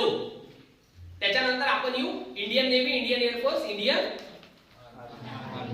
आर्मी आणि सोबतच air hostess. Indian navy, army आणि एअर फोर्सेस मध्ये जर तुम्हाला प्रिपरेशन करायची असेल तर नंबर 1 सगळ्यात मोठा क्रायटेरिया, तो क्रायटेरिया तुमचा एज लिमिटचा. मग एज लिमिट कुठलं, वयाच्या 18 वर्षापासून ते वयाच्या 21व्या वर्षापर्यंत. फक्त वयाच्या 18 वर्षापासून ते 21 वर्षापर्यंत. हार्डली मला वाटते 1 वर्ष की 2 वर्ष काहीतरी एक्सटेंड झाले, ते नव्यानं कळेलच. पण 21 किंवा 22व्या वर्षापर्यंत हार्डली तुम्ही जाऊ शकता. नंतर दुसरी महत्वाची गोष्ट, इंडियन आर्मी, एअरफोर्स किंवा नेव्ही मध्ये जाण्यासाठी दुसरा एक पर्याय तो आहे इंजिनिअरिंगचा. त्यात एरोनॉटिकल इंजिनिअरिंग आहे यासारखे. ठीक आहे, त्याच्यानंतर आणखी ऑटोमेशन इंजिनिअरिंग असतं, इन्स्ट्रुमेंटेशन असतं, अजून ऍडमिनिस्ट्रेशनचे 2-3 प्रकार आहेत. तर ते प्रकार जर तुम्ही केले तर ते सुद्धा त्याच्या मार्फत सुद्धा तुम्ही त्या फील्ड मध्ये जाऊ शकता. याच्यामध्ये एनडीए ची एक्झाम असते, NDA national defence academy. National defence academy ही जी नॅशनल डिफेन्स अकॅडमी आहे ना, याची एक्झाम जी आहे ना ती यूपीएससीच कंडक्ट करते. यूपीएससी म्हणजे युनियन पब्लिक सर्व्हिस कमिशन, केंद्रीय लोकसेवा आयोग. हा, आणि एक कोणता असते, राज्य लोकसेवा आयोग, तो कोणता आहे, MPSC, Maharashtra public service commission. तर हे जे एक्झाम्स आहेत ना एनडीएच्या एक्झाम्स, ह्या एनडीएच्या एक्झाम तुम्हाला प्रिपरेशन काय आहे, पण नेमकं प्रिपेअर काय करावं लागते. तुला जे ट्रिग्नोमेट्री आहे, तुला जे डेरिव्हेटिव्हज आहे, तुम्हाला जे मॅट्रायसेस आहे, तुम्हाला ज्या प्रोबॅबिलिटी आहे, तुम्हाला जे काही ह्या सगळ्या फंक्शन्स आहेत ना, जे मॅथमॅटिकल फंक्शन्स आहे, याला शॉर्ट करून तिकडे ऑब्जेक्टिव्ह मध्ये दिला जाते. तुम्हाला तिथे पण न्यूटनचा लॉ विचारते, तिथे पण तुम्हाला किर्चॉफ्स लॉ विचारते, तिथे पण तुम्हाला बँकिंग ऑफ रोड्स विचारते, तुम्हाला तिथे पण वेगवेगळ्या रिएक्शन्स विचारतात केमिस्ट्रीच्या, तुम्हाला तिथे पण सगळ्या गोष्टी विचारल्या जातात आणि त्याच्या त्या एक्झाम्स होतात कॉम्पिटिटिव्ह साठी. ठीक आहे, त्याचे नोटिफिकेशन दरवर्षी निघतात आणि मला वाटते ते नोटिफिकेशन जून ते एप्रिल या ड्युरेशन मध्ये निघतात आणि ते जर तुम्ही प्रिपेअर केलं तर तुम्ही आयएस नाही. ठीक आहे, इंडियन नेव्ही, आर्मी आणि एअरफोर्स. इकडे एअर होस्टेस साठी 2 गोष्टी आहेत. एअर होस्टेसचा सगळ्यात पहिल्यांदा प्रायव्हेट डिप्लोमा असतो, नर्सिंग जसं करतो ना जेएनएम वगैरे है ना, तसंच सेम एअर होस्टेस साठी पण एक काय असतो, डिप्लोमा असतो. त्याच्यानंतर प्रायव्हेट एअरलाइन्स मध्ये तुम्ही एअर होस्टेस म्हणून जाऊ शकता. ठीक आहे, आणि ते एअर होस्टेस तुमच्यासाठी, तुम्ही एअर होस्टेस बनले नाही तरी तुम्ही कॅबिन क्रू बनू शकता. ठीक आहे, दुसरी महत्वाची गोष्ट, जर विमानाचा एवढाच क्रेज असेल, बम विमान आवडत असेल, ठीक आहे, बम विमान जर आवडत असेल तर विमान आवडायसाठी एक दुसरी महत्वाची एक एक्झाम येते दरवर्षी, त्याचं नाव आहे एअरपोर्ट अथॉरिटी ऑफ इंडिया. कुठली, एअरपोर्ट ऑथॉरिटी ऑफ इंडिया. या एअरपोर्ट ऑथॉरिटी ऑफ इंडियाच्या मार्फत वेगवेगळ्या एक्झाम्स कंडक्ट केल्या जातात, परीक्षा कंडक्ट केल्या जातात. कशा? एमपीएससी सारख्या. म्हणजे जशी आरोग्य सेवकची भरती झाली, तलाठीची भरती झाली, पोलीस भरती झाली, याचे जसे लेखी पेपर होतात ना, सेम तसंच इकडे पण याच्या पण एक्झाम्स कंडक्ट केल्या जातात. आता येऊ आपण त्याच्यानंतर. इकडे अजून कोणाकोणाला काय काय बनायचं आहे? एनडीए वगैरे झाले. आपण आता इथपर्यंत आलो. आता आपण एमपीएससी वर शिकतो. एमपीएससी वाले कोण कोण आहे? अबे तलाठी बनायचं असेल तर त्याच एमपीएससी चं पुस्तक वाचावं लागतं, म्हणून हात वर करा. इंग्लिश मराठी करावंच लागते ना. ठीक आहे. आता मला एक गोष्ट सांगा, तुम्हा लोकांना मी विचारलं मेडिकल कोणाला करायचे तर 5 हात वर होते, इंजिनिअरिंग करायचं म्हटलं तर 4 हात वर होते, आर्मी करायची आहे म्हटलं तर 7 जण आले, एनडीए वाला 1 आला, आणि आता म्हटलं एमपीएससी करायचे तुम्ही 2-3 लोकांना हात वर केला. बाकीचे काही बनायचं आहे का? नाही आहे ना. बरं काय बनायचं आहे सांगा बरं. तुम्ही फक्त बोलू नका, म्हणजे काय आहे ना, थोडं शांततेत घ्या, है ना. काय बनायचं आहे? तुमचं सांगितलं नर्स व्हायचं. इकडे सांगत नाही तू कोण बिझनेस? क्या बात. कशाचा? ट्रेडर व्हायचं आहे सर मला. ट्रेडिंग मध्ये. क्या बात आहे. शेअर मार्केट खूप जास्त स्कोप आहे. दन पैसाच पैसा. म्हणजे तू 1992 चा स्कॅम, हर्षद मेहता घोटाळा. वाह. हर्षद मेहता घोटाळा. तुमच्यापैकी कोणी आहे का ट्रेडिंग वाले? अच्छा, ओके. बरं, कुठले कुठले शेअर्स घेऊ शकतो, कुठले कुठले शेअर्स विकू शकतो, कसं करावं लागते ट्रेडिंग? सर ते ट्रेडिंग म्हणजे रिस्क असते.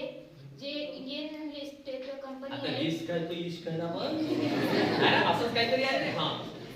इंडियन लिस्टेड कंपनी ज्या असतात, जसं रिलायन्स आहे, एचडीएफसी बँक आहे, ओके, त्यामध्ये आपण इन्व्हेस्ट करू शकतो. दुसरी महत्त्वाची गोष्ट इकडे बारे ट्रेडिंग वाले.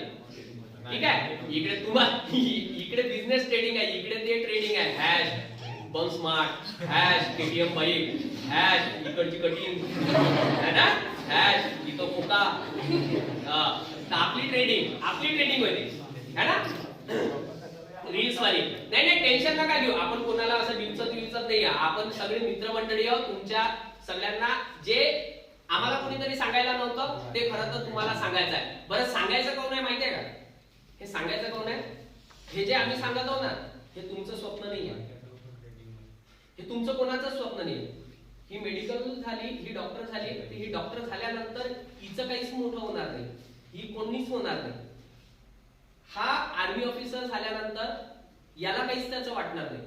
पण घरी जे आपले मायबाप आहेत ना, तुमचा मेडिकलचा रिझल्ट आल्यानंतर त्याच्या डोळ्यातून जे आसवाच्या धारा पडतील ना, पोरगा आर्मीत जात असताना त्याची ताट जेव्हा त्याची आई ओवाळेल ना, म्हणजे त्याला टीका विका लावेल.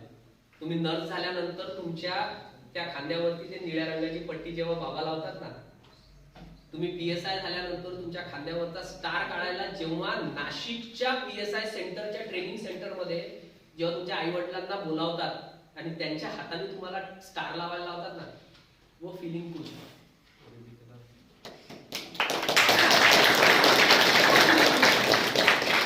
ही जी फिलिंग जर घ्यायची असेल ना, ही फिलिंग जर घ्यायची असेल, मग आतापासून लढावं लागेल, आतापासून झाडावं लागेल. बरोबर. आपल्याला आपले स्वप्न नाही पूर्ण करायचे, आपल्याला आपल्या आई वडिलांचे स्वप्न पूर्ण करायचे. तुम्ही विचार करा, तुमच्यापैकी मॅक्झिमम लोक असे आहेत की ज्यांच्या घरामध्ये छप्परही नाही. आपण हॉस्टेलमध्ये राहून ट्यूबलाईट खाली झोपून फॅन लावून 2 वेळचं 2 भाज्यांचं जेवण करून आपण इथे राहतोय हॉस्टेलमध्ये. थंडी लागत नाही, पाणी लागत नाही, उन्हाळ्यात ऊन लागत नाही. आणि आपल्या घरी गेल्यानंतर पावसाळ्यात एक भांडं घ्यावं लागते आणि जिथून पाणी टपकत असेल त्याच्या खाली पाणी लावावं लागते. हे तुम्ही इथं आहेत वर्षभर हॉस्टेलमध्ये, पण घरी कोणीतरी हे करून राहिलं ना, आणि ते आपले आई वडील आहे ना. बरोबर आहे. तुमच्या ह्या शेतामध्ये जात असताना एखाद्या आईच्या पायाला, म्हणजे पहा ना आपल्या आई वडिलांची किंमत किती खतरनाक आहे. आपले आई वडील किती भारी आहेत. जगाच्या पाठीवरच्या सगळ्यात खतरनाक व्यक्ती जर असतील ना तर ते आपले आई वडीलच आहेत. म्हणजे आपल्या आईच्या पायात एखादा बोराडीचा काटा रुतू द्या, ते काय करन? कांदा घेईल, त्याच्यात हळद ठेवन, ते गरम करन, ते कपड्याने त्याला बांधून घे, है ना. आपल्या आई वडिलांना एखादी ताप येऊ द्या एखाद्या वेळेस, पॅरासिटामॉल नाही तर एक डोलो नावाची गोळी भेटते 1 रुपयाची, खाईल, अंगावर घेईल, झोपून राहील. तुम्हाला ताप येईल तेव्हा 200 रुपयाला दवाखाना आणि आपल्या मायची मजुरी 100 रुपये. 400 रुपयाचा सलाईन लावते बाप, पण बापाची 70 रुपयाची बनायला फाटकीच असते है ना. आपल्यासाठी 600 रुपयाचं स्वेटर देते बाप, बरोबर, पण आपल्या बापाचं धोतर फाटकच असते. आपल्या सगळ्यांसाठी चांगला 700-800 रुपयाचा जुता जर भंडाऱ्यात भेटला नाही तर नागपुरात जाऊन घेते बाप, पण त्याच्या पायातली टायरी चप्पल तशीच राहते है ना. आपले जे आयब्रोज असतात ना, त्याची ते हे भेटते ना, लिपस्टिक आयब्रोची ते पॅक, तो 150 रुपयाला भेटते, बरोबर. एक वेळ चटणीच खाते घरी, पण 150 रुपयाला पोरीने घेऊन देते. कानाले बांधण्यासाठी स्कार्फ आपल्या मायबाप फाटके कपडे बांधतात. असा फाटका कपडा कानाले बांधते की ज्याच्यात तुमच्या इकडे जी शेती होते धान वगैरेची, तोच धान त्याच्यात बांधून आणते स्कार्फ मध्ये, पण तुमच्यासाठी नवीन स्कार्फ कानाले बांधते है ना. आणि 10 वेळा फोन करून विचारते जेवले काय, हॉस्टेलमध्ये जेवण चांगलं होतं का है ना. आणि आपण काय करतो, पबजी फ्री फायर खेळतो, सबकन फोन काढतो, असं करतो ना. म्हणजे आपले स्वप्न हे आपले स्वप्न नाहीच आहे, हे आपले कोणतरी आपल्यासाठी पाहिलेले स्वप्न आहे. आणि ते स्वप्न त्या व्यक्तीनं पाहिलेले आहे ज्यांना आपल्याला जन्मापासून आतापर्यंत जगवत असताना अपार कष्ट अपार मेहनत घेतली, बरोबर. मग या सगळ्या लोकांचं स्वप्न आपल्याला पूर्ण करायचं आहे. मग आपण कुठं होतो, मेडिकलवर होतो. आता बोला, मेडिकलवर होतो, मग इंजिनिअरिंग, आर्मी, एअरफोर्स. तुम्हाला जर सांगितलं नाही आर्मीसाठी काय करावं लागते, काहीच नाही करावं, बम धावा लागते. आणि इतकं खतरनाक धावा लागते. आर्मीसाठी काय करावं लागते, आर्मीसाठी काहीच नाही करावं लागत असं नाही आहे. आर्मीसाठी पेपर थोडासा तुम्हाला वाटत असं सोपा येते, मान्य आहे, पण आर्मीवाले इतके खतरनाक राहतात की ते मधात दोरी पकडतात. आपल्याकडे कसं एक टायमिंग असते. मग माझ्यासोबत म्हणजे आपल्या इथे जर हॉस्टेलमध्ये एखादी रेस असेल किंवा कॉलेजमध्ये एखादी रेस लावली असेल, धावून राहिले ते एखादा सेकंड आडवा तिडवा तरी होते. आर्मीवाले इतके डेंजर आहेत की तुम्ही धावत असताना 1000-1500 पुरं एकसोबत धावायला सोडतात. धावत धावत धावत धावत सोडले की रक्कन दोरी ओढतात टाइम झाल्याबरोबर. त्या दोरीच्या खालून एखादा गेला तर गेला बिचारा, नाही तर रक्कन पाठीवर झापड मारतात, चल भागा. एवढी मेहनत आहे करावं है ना. हे झालं मिलिटरी वाल्यांचं. आणि आर्मी नेव्हीचं जे आहे एनडीए वगैरे करून, हे तर मी तुम्हाला वेगळं सांगितलंच आहे एनडीएच्या एक्झाम्स नंतर. पण एनडीएचा सिलेबस नेमका काय आहे काय नाही, तर हे सगळं जे आहे हे सगळं तुमचं कॉम्पिटिटिव्ह वाला आहे. म्हणजेच काय की तुम्हाला जसं सांगितलं डेरिव्हेटिव्ह, ट्रिग्नोमेट्री वगैरे वगैरे, प्रोबॅबिलिटी, राईट, ठीक आहे, लाईक दॅट. आपण आता कुठे येऊ, एमपीएससी वाल्यांवर, ठीक आहे. मेडिकल मधून डायरेक्ट आपण तिकडे आलो डॉक्टरवर, नर्सिंगवर येऊ, थोड्या वेळा तलाट्यावर पण येऊ. आता आपण तिकडे आलो एमपीएससी वर. अजून तुमच्यापैकी नवीन आहे का शोध कोणाचा, हा, ट्रेडिंग वर होतो, राईट, ट्रेडिंग वर होतो. ट्रेडिंग मध्ये काय आहे, तुमच्याकडे पहिल्यांदा पॅन कार्ड असलं पाहिजे, तुमचं पॅन कार्ड तुमच्या आधार कार्डला लिंक असलं पाहिजे, आणि तुमचा आधार कार्ड तुमच्या मोबाईलला लिंक असला पाहिजे, तुमचा मोबाईल नंबर तुमच्या बँक अकाउंटला लिंक असला पाहिजे. आणि मग एखादा कोणीतरी तुम्हाला फ्रॉडवाला मेसेज करतो, नंबर तुमच्या अकाउंटमधून पैसे नेते, असं होत आहे. त्याच्यासाठी सावधान राहा. पण ह्या सगळ्या बाजूने केल्या गोष्टी तरी ट्रेडिंग म्हणजे काय आहे, तुमचं स्वतःचं एक म्हणजे काही मार्केटमध्ये झिरोदा असेल, एंजल ब्रोकरेज असेल, तर याच्यासारखे काय आहेत, काही ट्रेडिंगच्या साइट्स आहेत. या ट्रेडिंगच्या साइट्स मधून काय होते, तुमचे फक्त एचडीएफसी चे किंवा आयसीआयसीआय बँक किंवा एसबीआय चे शेअर नसतात. हे जे बँक वगैरे वाले जे शेअर असतात ना, याला निफ्टी म्हणतात. काय म्हणतात, bank Nifty. Okay, bank Nifty. आणि त्याच्यानंतर NPCIL, nuclear power corporation of India, BSNL, right, BSNL नंतर जिओ, रिलायन्स, त्याच्यानंतर तुमचं टाटा टेलिकम्युनिकेशन सर्व्हिसेस, त्याच्यानंतर विप्रो, त्याच्यानंतर इंजिनिअरिंग वाले Wipro, Infosys, Capgemini, cognisant, engineering वाले तुमच्या कंपन्यांच्या प्लेसमेंटच्या कम्प्युटर, इलेक्ट्रॉनिक्स, सीएस, आयटी, ठीक आहे, मेकॅनिकल, सिव्हिल तुमच्या कंपन्या विप्रो, इन्फोसिस, ठीक आहे, त्यानंतर कॅपजेमिनी, त्याच्यानंतर कॉग्निझंट, ठीक आहे, या सगळ्या हनीवेल, या सगळ्या तुमच्या प्लेसमेंट कंपन्या आहेत. त्याच्यासाठी तुम्हाला इंजिनिअरिंग चांगली इज्जतदारीने करावं लागते. ओके, तर या सगळ्या कंपन्या, मग या सगळ्या कंपन्यात काय करतात, शेअर मार्केटमध्ये त्यांचे शेअर्स टाकतात आणि नंतर ते तुम्ही शेअर विकत घेता. नंतर ते कमी भावात विका आणि जास्त भावात सॉरी कमी भावात विकत घ्या आणि जास्त भावात विका, असं सगळं आहे. त्याच्यामध्ये ती इन्व्हेस्टमेंट आहे. आता एमपीएससी वाले कोण कोण आहे? 1 2 3 ठीक आहे. एमपीएससी साठी आपण काय करतो? आता आमच्याकडे एक प्रकार आहे, आमच्याकडेच नाही संपूर्ण विदर्भात आणि अख्ख्या महाराष्ट्रात प्रकार वाढला. तुम्हाला माहित आहे इंजिनिअरिंग आपलं सॉरी एमपीएससी मध्ये काय होऊन राहिलं आजकाल? एमपीएससी वाले काय करतात, आपल्या घरी आपल्याला म्हणजे आज अशी कंडिशन झाली जो काहीच नाही करतो एमपीएससी करते असे म्हणतात. म्हणजे तुम्ही करता ते नाही म्हणत आहोत काही काही लोक. आता काय होते एमपीएससीचा एक फंडाला म्हणजे भयानक मोठा झाला. आमच्याकडे एक प्रकार वाढलेला आहे एमपीएससी मध्ये एसटीआय, पीएसआय आणि टॅक्स असिस्टंट या 3 क्लास 2 च्या म्हणजे कंबाईन ज्याला म्हणतात. ठीक आहे, या 3 एक्झाम वाटल्यास लिहत असाल तर लिहून घ्या जर कोणाकडे असेल पेन. तसं तुम्ही आणला नसेल तुम्हाला माहिती आहे, विश्वास आहे तुमच्या, पण जर आणला असेल कोणाकडे ज्यांना एमपीएससी करायची आहे त्यांच्यासाठी तू ऍडमिट चालला तू नको लिहू म्हटलं होतं ना, नाही तर मग गुलाबजामुन भाजी पण तू बनवूया. ठीक आहे, तर ज्यांना एमपीएससी करायची आहे त्यांच्यासाठी. तर एमपीएससी करत असताना एसटीआय, पीएसआय आणि असिस्टंट या क्लास 2 चे एक्झाम, त्यानंतर क्लास 3 चे एक्झाम आहे. त्याच्या 9 एक्झाम आल्या म्हणजे 9 एक्झाम म्हणजे 9 ज्या पोस्ट आहेत त्याची एकच एक्झाम द्यावी लागते. एक प्रिलिम दिली की तुम्हाला 9 मेन्स देता येतात. मग त्याच्यामध्ये तुम्ही काय करू शकता, एक्साइज पीएसआय आहे, त्याच्यानंतर तुमचा क्लरिकल क्लास 3 वगैरे आहे, या सगळ्या. त्याच्यानंतर येईल त्यानंतर state service prelim, state service प्रिलिम्सच्या एक्झाम. आता स्टेट सर्व्हिस प्रिलिम मध्ये काय आहे, डीवाय कलेक्टर, डीवाय एसपी. ठीक आहे, यूपीएससी मध्ये जसा कलेक्टर होते ना IAS Indian administrative services, same तसंच एमपीएससी मध्ये काय होते, डीवाय कलेक्टर, डीवाय एसपी, त्यानंतर तुमचे तहसीलदार, त्याच्यानंतर तुमचे बीडीओ ब्लॉक डेव्हलपमेंट ऑफिसर, त्यानंतर तुमचे विस्तार अधिकारी. राईट, मला वाटतं आपले पीओ पण त्याच्यातच येतात का की नाही? पीओ आयएएस, हा पीओ यूपीएससी मध्ये. ओके, तर म्हणजे हे जे सगळं आहे तर हे सगळं कुठे होते एमपीएससी मध्ये. आता एमपीएससी करत असताना काय करावं लागते, सगळ्यात पहिली गोष्ट एमपीएससी किंवा कॉम्पिटिटिव्हची एक्झाम की मग यूपीएससी असो किंवा एमपीएससी असो, ही सगळ्यात पहिल्यांदा आपल्याला काय शिकवते माहिती आहे का, जितके जास्त हवेत असाल ना तेवढ्या लवकर जमिनीवर ये, म्हणजेच काय अवकात दाखवते. ठीक आहे, या काऊन दाखवते माहिती आहे का, याच्या 2 गोष्टी आहेत. पहिली खूप जास्त पेशन्स, खूप जास्त पेशन्स. म्हणजे तुम्हाला असं नाही आहे की आज केली उद्या झालो. म्हणजे नीटची एक्झाम दिली की डायरेक्ट मेडिकल मध्ये ऍडमिशन होते.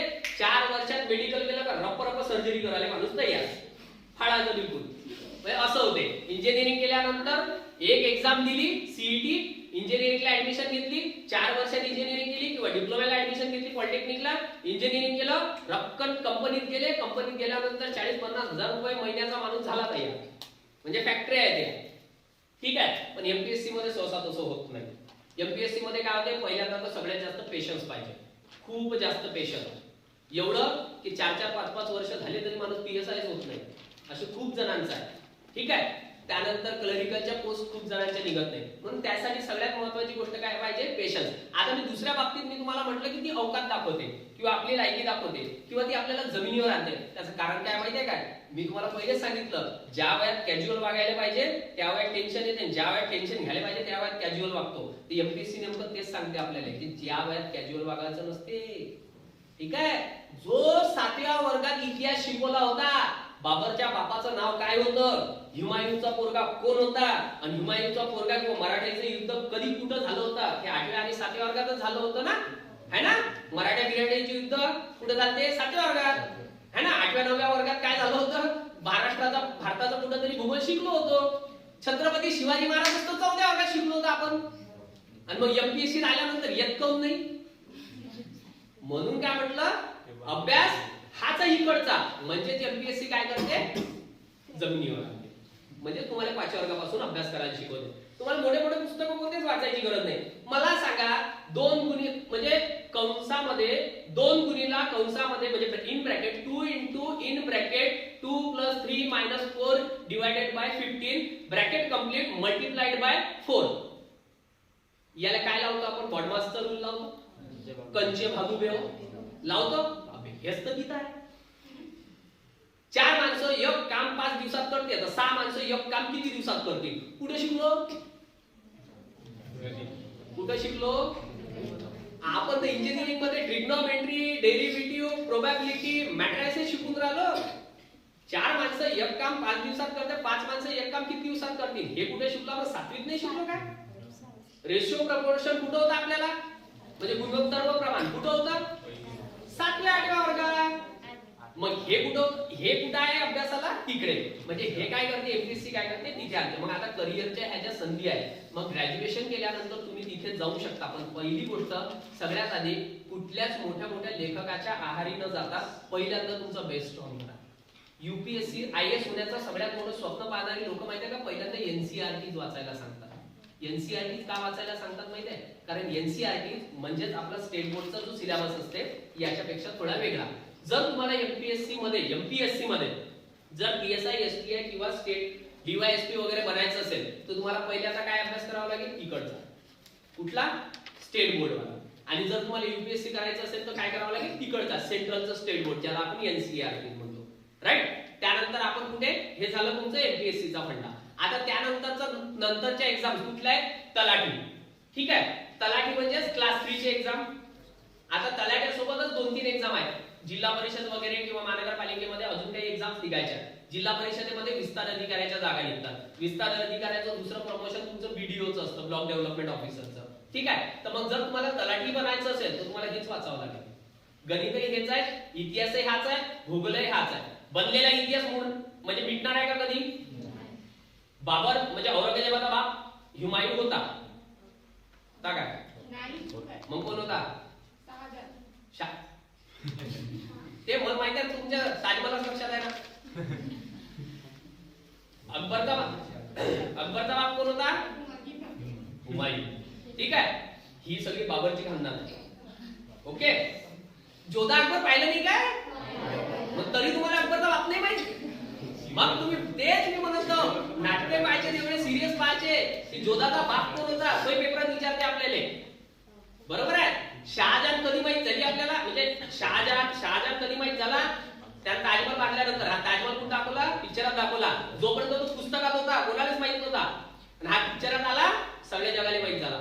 म्हणून म्हटलं जोधा अकबर पाहताना तर ते पाहत जा, जोधाच्या खानदान कुठं होतं. ठीक आहे. झाशीचं राणी नावाचं सिरियल ते पण पाहत जा. म्हणजे काही नाटकं जे आहेत ना, काही नाटकं व्यवस्थित पाहायची असतात. ठीक आहे. कारण त्यातून आपल्याला काय मिळते? थोडंफार नॉलेज पण मिळते. तर हे नाही तर मग कोणता तानाजी पिक्चर पाहिला फक्त ते आर म्युझिक लावून रीलच बनवले काय? त्याच्यातल्या 2-4 लोकांचे नावही लक्षात घेतले की नाही घेतले? ठीक आहे. तर मग हे सगळं काय आहे? हे सगळं तुमचा एक बेस आहे. हा सगळा बेस आपल्याला तयार करायचा आहे. कुठून? या करिअरच्या माध्यमातून. आपलं कुठं काय झालं? मेडिकल झालं, इंजिनिअरिंग झालं, एमपीएससी झालं, अजून आर्मी झालं, आर्मी नेव्ही मेडिकल झालं, अजून काय राहिलं? तलाठी झालं. आता कुठे येऊ? आता येऊ आपण पोलीस भरती, वनरक्षक आणि नर्सिंग. ओके. आता पोलीस भरतीमध्ये मॅक्झिमम पोरं तुमच्यापैकी, मला एक आनंद आहे म्हणजे सगळ्यात चांगली गोष्ट ही वाटली की तुमच्यापैकी बरेचसे पोरं तुम्ही सायन्स बॅकग्राऊंड मधून कोण करा. 11th-12th पासून ते तिकडे पीजी पर्यंत science, general science, vocational science. Science वाले हात वर करा. चांगला करा मोठा. शाबाश. 11वी-12वी सायन्स आहे. ठीक आहे. आता जे आर्ट्स वाले आहेत, 11वी-12वी ज्यांचं आर्ट्स होतं, मराठी होतं, ते हात वर करा बरं. त्यामुळे हेच नाही समजून राहिलं. तुम्ही सायन्स वाले करा हात खाली. सायन्स वाले जे आहे ना ते तुम्ही 10-12 लोक हात वर करता. आर्ट्स वाले जे आहेत ना ते तुम्ही 10-12 हात वर करता. हे जे मधातली गँग आहे हे कुठून आली?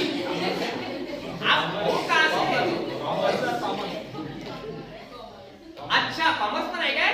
बरं, कॉमर्स वाले हात वर करा. हे तर 3-4च आहे. आता जे तुम्ही फक्त बरं असेही आहे की तुमच्यामध्ये की ज्याने फक्त हॉस्टेल ऍडमिशन घेऊन ठेवली डुप्लिकेट मध्ये जेवायसाठी? असं नाही आहे ना कोणी? ठीक आहे. ओके. तर हे लक्षात आलं. आता आपण पोलीस भरती, वनरक्षक आणि नर्सिंग मध्ये. बर. तर पहिली गोष्ट, पोलीस भरतीमध्ये अभ्यास करत असताना गोळा फेक, 100 मीटर, 200 मीटर, 800 मीटर धावणं पहिलं. बरं. दुसरी गोष्ट, मग तो मगाशी तिथले हात लावून राहिला, गोळा फेकची ट्रेनिंग घेऊन राहिला का? तुम्ही एकमेकाला म्हणजे कसे ढकलत होते ना. मी म्हटलं घोड्याचं वजन त्याचं वजन सारखं आहे का? मग उचलला फेकला. ठीक आहे. फेका, इथपर्यंत येऊ नका. इथं 18 मार्क आहे. ठीक आहे. तर हा आपला गमतीचा भाग. आपण सगळे, मी पहिल्यांदा काय सांगितलं, आपण सगळे मित्र, आपल्याला काय करायचं आहे, समजून घ्यायचं आहे. ओके, कोणी कोणाचं म्हणजे रागीट करू नका, कारण आम्हाला रात्रभर इकडे मुक्कामी राहावं लागतं. हॉस्टेल तुमचं काय वाटते आहे ना? नाही तर मग काय, तर मास्टरनं असं म्हटलं होतं, फेका यायला बोलत होती खिडकीच्या बाहेर आहे ना. त्याच्यात 45 वाले आम्ही किलो वाले आहे ना. तुम्ही पण ना, काय करा. ठीक आहे. तर ह्या ज्या संधी आहेत या करिअरच्या, मग आता पोलीस भरतीसाठी काय करावं लागेल, पहिल्यांदा तर ग्राउंड, ज्याची माहिती तुम्हाला असेलच मे बी. त्याच्यामध्ये आता काहीतरी ग्राउंड मध्ये काहीतरी ड्रास्टिक चेंज झालेले आहेत. म्हणजे पहिल्यांदा थोडेसे वेगळ्या पद्धतीचे पोलीस भरतीचे ग्राउंड होते. म्हणजे जसं 800 मीटर धावणे, त्यानंतर मला वाटते 100 मीटर की 200 मीटर असं काहीतरी धावणे, त्याच्यामध्ये पुलअप्स पण होत्या 10, नंतर गोळाफेक होता है ना, लॉंग जम्प पण होती, त्यानंतर मला वाटते मध्यंतरी कधीतरी हाय जम्प पण आली होती. पण आता थोडं वेगळं आहे. आता लॉंग जम्प आहे का, 100 मीटर गोळाफेक, 100 मीटर गोळाफेक 1600 है ना. 1600 म्हणजे 1.5 किलोमीटर, म्हणजे 1.25 किलोमीटरच्या जवळपास तुम्हाला धावा लागेल. माहिती आहे ना. म्हणजे 1000 मीटर म्हणजे 1 किलोमीटर म्हणजे माहिती आहे ना. हे एमपीएससी न चांगला हो कधी, म्हणजे 1000 मीटर म्हणजे 1 किलोमीटर होते है ना. तर ते पण 1600 मीटर धावणे. मग आता याचा लेखीचा पेपर कसा होतो, लेखीचा पेपर तोच जो एमपीएससीचा आहे. आणि आता तर इतकं जास्त टफ आहे की आता स्टेट सर्व्हिस प्रिलिमचा पेपर हा रायटिंग मध्ये आहे. म्हणजे युपीएससीच्या धर्तीवर जसाच्या तसा घेतलेला आहे. म्हणजे जसं युपीएससी मध्ये तुम्हाला एक ऑप्शनल निवडावा लागतो, युपीएससी वर आपण सर्वात शेवटी घेऊ. एमपीएससी झालं. पोलीस भरतीमध्ये पण सेम हा सिलेबस जो तुम्ही 5व्या वर्गापासून 10व्या वर्गापासून, मी तुम्हाला गॅरंटेड सांगतो, गॅरंटेड शाश्वती देतो, विश्वास देतो. तुम्हाला जर 3 वर्षात पीएसआय, एसटीआय, असिस्टंट, स्टेट सर्व्हिसची एखादी एक्झाम, म्हणजे एमपीएससी ची एखादी एक्झाम, आता एमपीएससी ची एखादी म्हणजे राज्यसेवा जर सोडली, तर तुम्हाला त्यानंतरच्या पोलीस भरती पर्यंतच्या किंवा साधा क्लास 4 पर्यंतची जर एखादी एक्झाम क्रॅक करायची असेल तर फक्त इतकं नियोजन करा जेवढं मी सांगतो. ठीक आहे. पहिलं नियोजन एक की तुम्ही स्टेट बोर्डचं जे पहिल्या वर्गापासून नाही 7व्या वर्गापासूनचं जे स्टेट बोर्ड आहे किंवा 6व्या वर्गापासूनचं स्टेट बोर्डचे पुस्तक पूर्ण, ते गणित, भूगोल, इतिहास, विज्ञानपद, ठीक आहे, अर्थशास्त्र, राज्यशास्त्र, हे 12व्या वर्गापर्यंतचं हे सगळं आर्ट्सचं जे मटेरियल आहे ना, हे बाय हार्ट करा.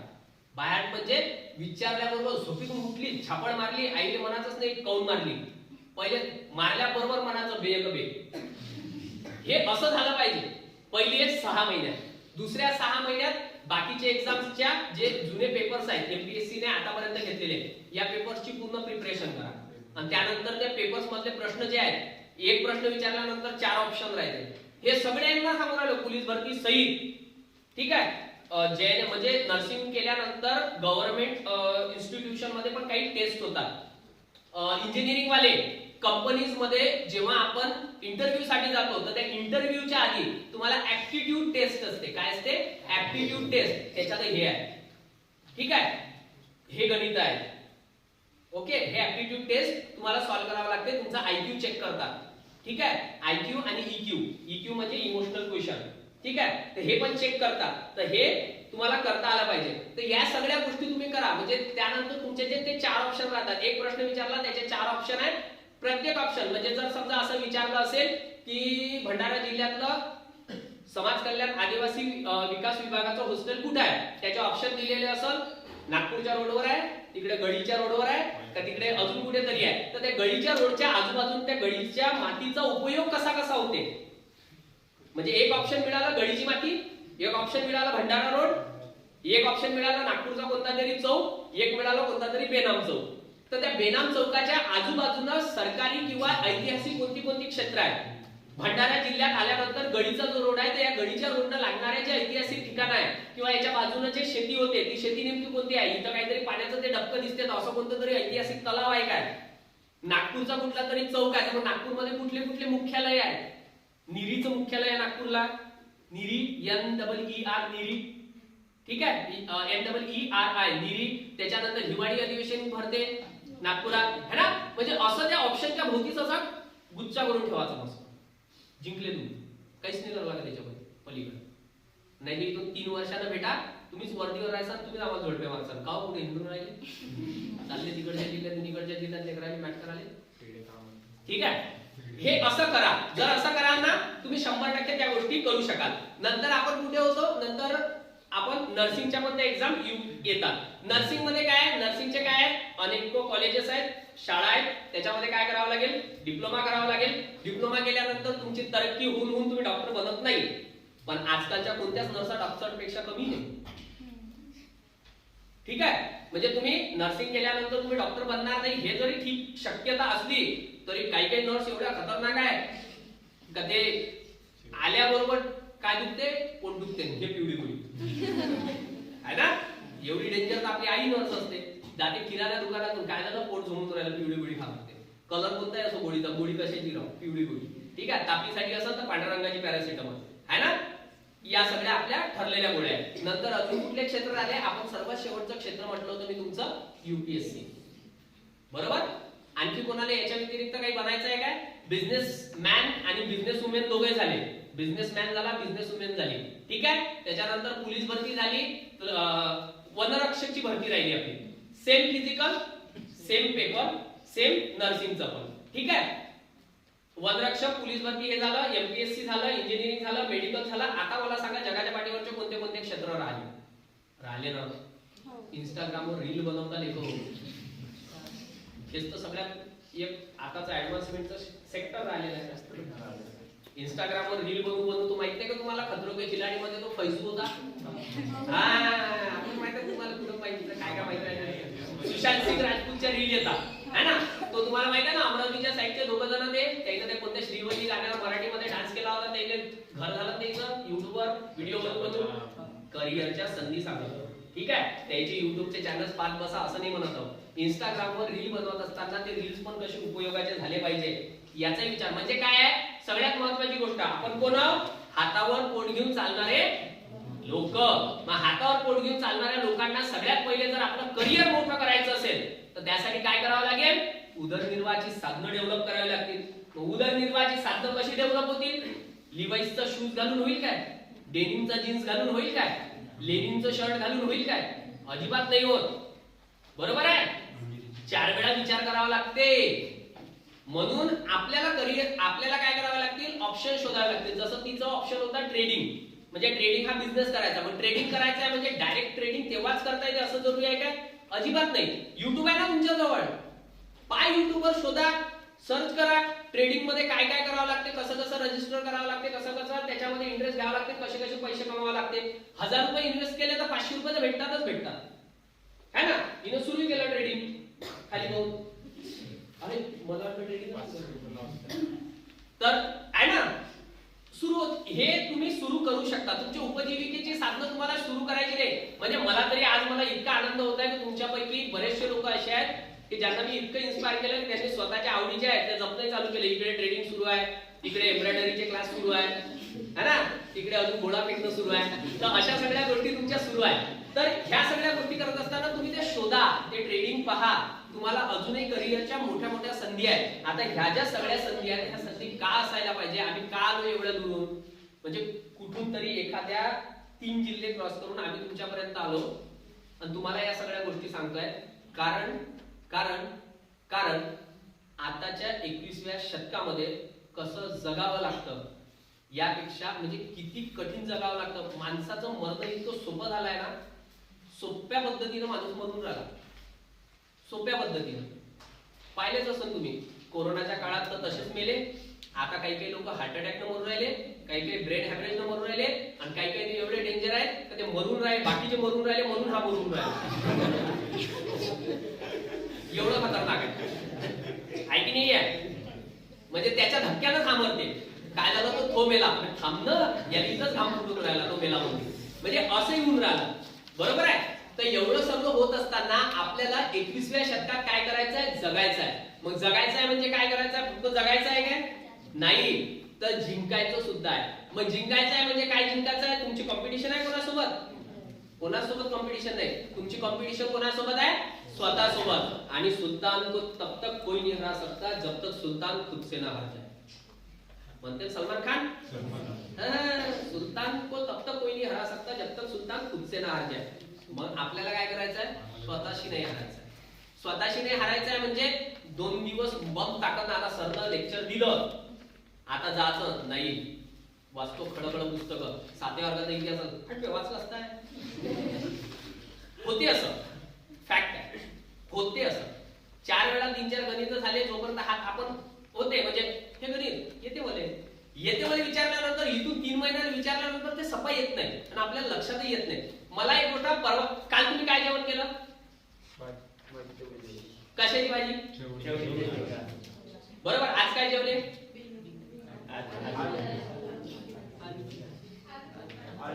आलू है ना. काल काय चवळीच्या शेंगा.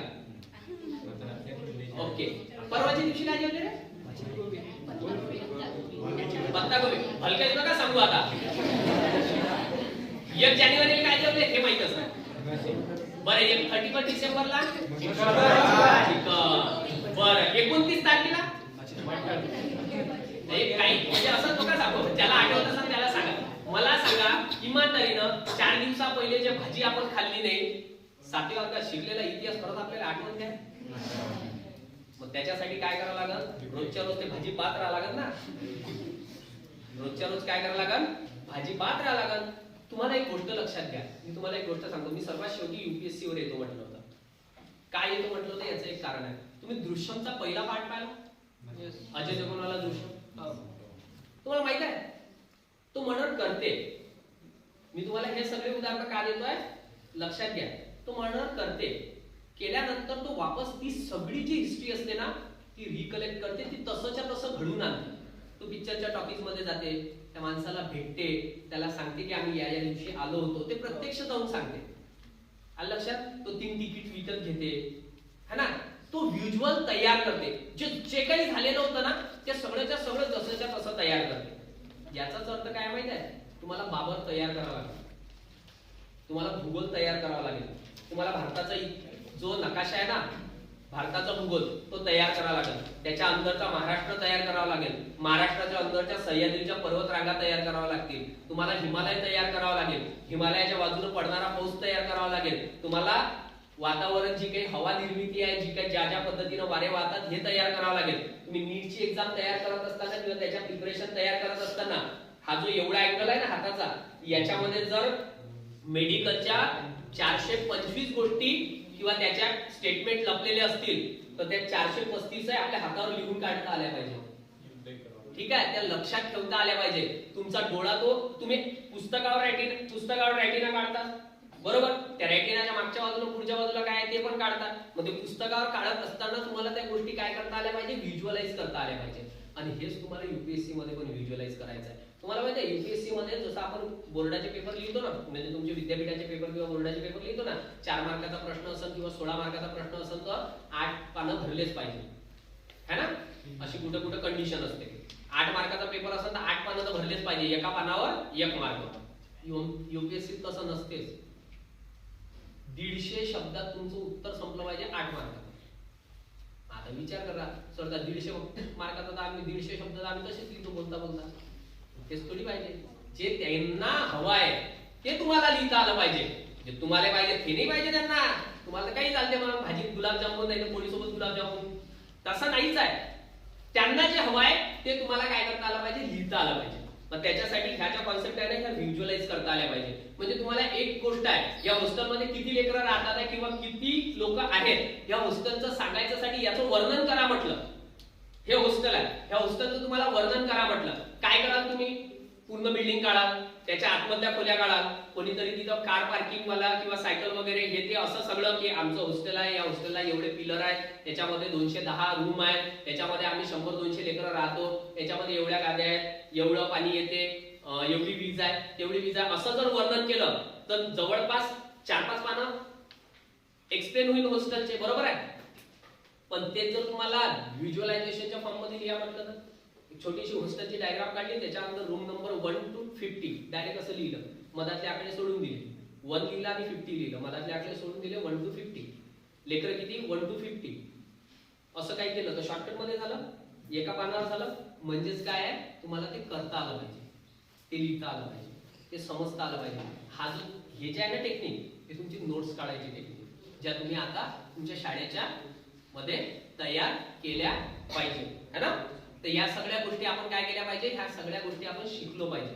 आणि ह्या सगळ्या गोष्टी तेव्हा शिकाल तुम्ही ज्या ज्या वेळी तुम्ही या सगळ्या गोष्टी स्वतःमध्ये उतरवाल. तुमच्या ज्या जाणीवा ज्या आहेत ना त्या जागृत होतील. आणि सगळ्यात महत्वाची गोष्ट तुम्ही बोलले पाहिजे आणि तुम्हाला बोलता आलं पाहिजे. समजलं? आपल्याला बोलता आलं पाहिजे. आपण जर बोलू नाही ना तर काही शक्य नाही. जर बोलताच येत नसन, फक्त मान डोलवत असू, मग आपल्याला शर्यतीत उभं करावं लागेल. कोणाची शर्यत तुम्हाला माहिती आहे? नाही, बैलगाड्याची. बरोबर आहे ना? म्हणजे आपल्याला काय करावं लागेल, हे सगळं करावं लागेल. म्हणजे यासाठी आपल्याला आता हे जे करिअरच्या ह्या ज्या सगळ्या संधी आहे, मग आता काय म्हटलं होतं मी, आपण इन्स्टावर येऊन सोडलं होतं सगळं, राईट? इंस्टाग्रामवरच्या रील बनवून सोडल्या होत्या. मग इंस्टाग्रामच्या रील काय आहेत, करायला लावा ना, मित्राला पकडायला लावा. इथं आमचे अनेक मित्र आहेत ज्याचे फॉलोअर्स वाढले, 5,000 फॉलोअर्स आहेत. मला तर वाटते हर्षद सरचे 10,000 फॉलोअर्स असतील इंस्टाग्रामवर. मग आहे, तुम्ही ते करा. 50,000 60,000 फॉलोअर्स झाले तर झाले, तुम्ही जिंकले. तिकडे युट्यूबवर 3-4 सबस्क्रायबर झाले तुमच्या तयार, झाला तुमचा पैसा चालू, तुमचं चॅनल मॉनिटाईज झाल्यानंतर. मग हे करू शकता तुम्ही, पण सारा त्याच्यातून मस्त घालून राहाल काय? बाकी करावं लागेल ना. म्हणजे अभ्यासासोबत या सगळ्या गोष्टी करू शकता. आता जसं मी म्हटलं, अभ्यासासोबत या सगळ्या गोष्टी करू शकता. जर तुम्हाला मेडिकलची एंट्रन्स द्यायची असेल, तुम्हाला इंजिनियर व्हायचं असेल, तर आपल्याला इंजिनियर कसं होता येते याचे 2-4 व्हिडिओ बनवून टाका युट्यूबला. म्हणजे तुम्हाला जर नर्स व्हायचं असेल किंवा तुम्हाला आर्मी मध्ये जायचं असेल तर बनवा 2-4 व्हिडिओ टाका युट्यूबला. म्हणजे सायमल्टेनियस काय आहे, इकॉनॉमिकल साधनं तुमच्या आर्थिक अडचणी काय होतील, दूर होतील. आता या सगळ्या गोष्टींचा विचार करूनच तुम्हाला काय करावं लागेल, या सगळ्या गोष्टी आपल्याला करावं लागेल. नाही तर दुसरी महत्वाची गोष्ट, तुमचं भविष्य कोणीतरी येईल दुसरा आणि म्हणन बाबू त्या मस्तकावर आट्या पडतात, तू 100% UPSC पास करशील, कलेक्टर होशील. शक्य आहे का? होऊच शकत नाही, होऊच शकत नाही, है ना? म्हणून ह्या सगळ्या गोष्टी असं कधीच नाही होईल. ह्या ज्या आहेत ना यावरती काहीच लिहिलेलं नाही. हे असं केलं आणि ह्या हातामध्ये पकडला की शिक्षण हे काय आहे, वाघिणीचं दूध आहे. मग ते जो पेते तो काय करते, गुरगुरते. आणि तुम्ही जर ते पेले तर तुम्ही गुरगुरले तर तुमच्या वरडात घरी, है ना? असं म्हणून काय आहे की गुरगुरणे म्हणजे हे जे गुरगुरणे, हे नेमकं गुरगुरणे नेमकं कसं आहे, है ना? हे गुरगुरणे नेमकं कसं आहे, हे अभ्यासातून प्रकट झालं पाहिजे, राईट? आता एक छोटीशी छानशी गोष्ट, आता तुम्ही लय जास्त धीरगंभीर झाले म्हणून तुम्हाला आमच्या इंजिनिअरिंगच्या वेळेची एक बोललं पाहिजे म्हणून ही गोष्ट. नंतर आपण तुमचे प्रश्न उत्तर विचारू, ठीक आहे? आणि 7 वाजताचं जेवण होतं तुमचं, 7:30 वाजवलेच मी. आता असं घेऊन तुम्हाला 8 वाजेपर्यंत नेतोच, है ना? त्याच्यानंतर तुमचे प्रश्न उत्तर वाजले 9, मग चालले जा झोपाले, जेवण राहिलं. असं नाही, पाय म्हणजे मोकळे बसू शकता, असं जरुरी नाही मांडी घालूनच बसले पाहिजे, एकदम पाठीचा कणा ताटच असला पाहिजे. आपण काय योगा क्लास करायला आलो काय? आपण योगा क्लास करायला नाही आलो, आपण योग्य क्लास करायला आलो, ठीक आहे? तर आता काय झालं, आमचं इंजिनिअरिंगचं कॉलेज होतं. मग आमचं इंजिनिअरिंगचं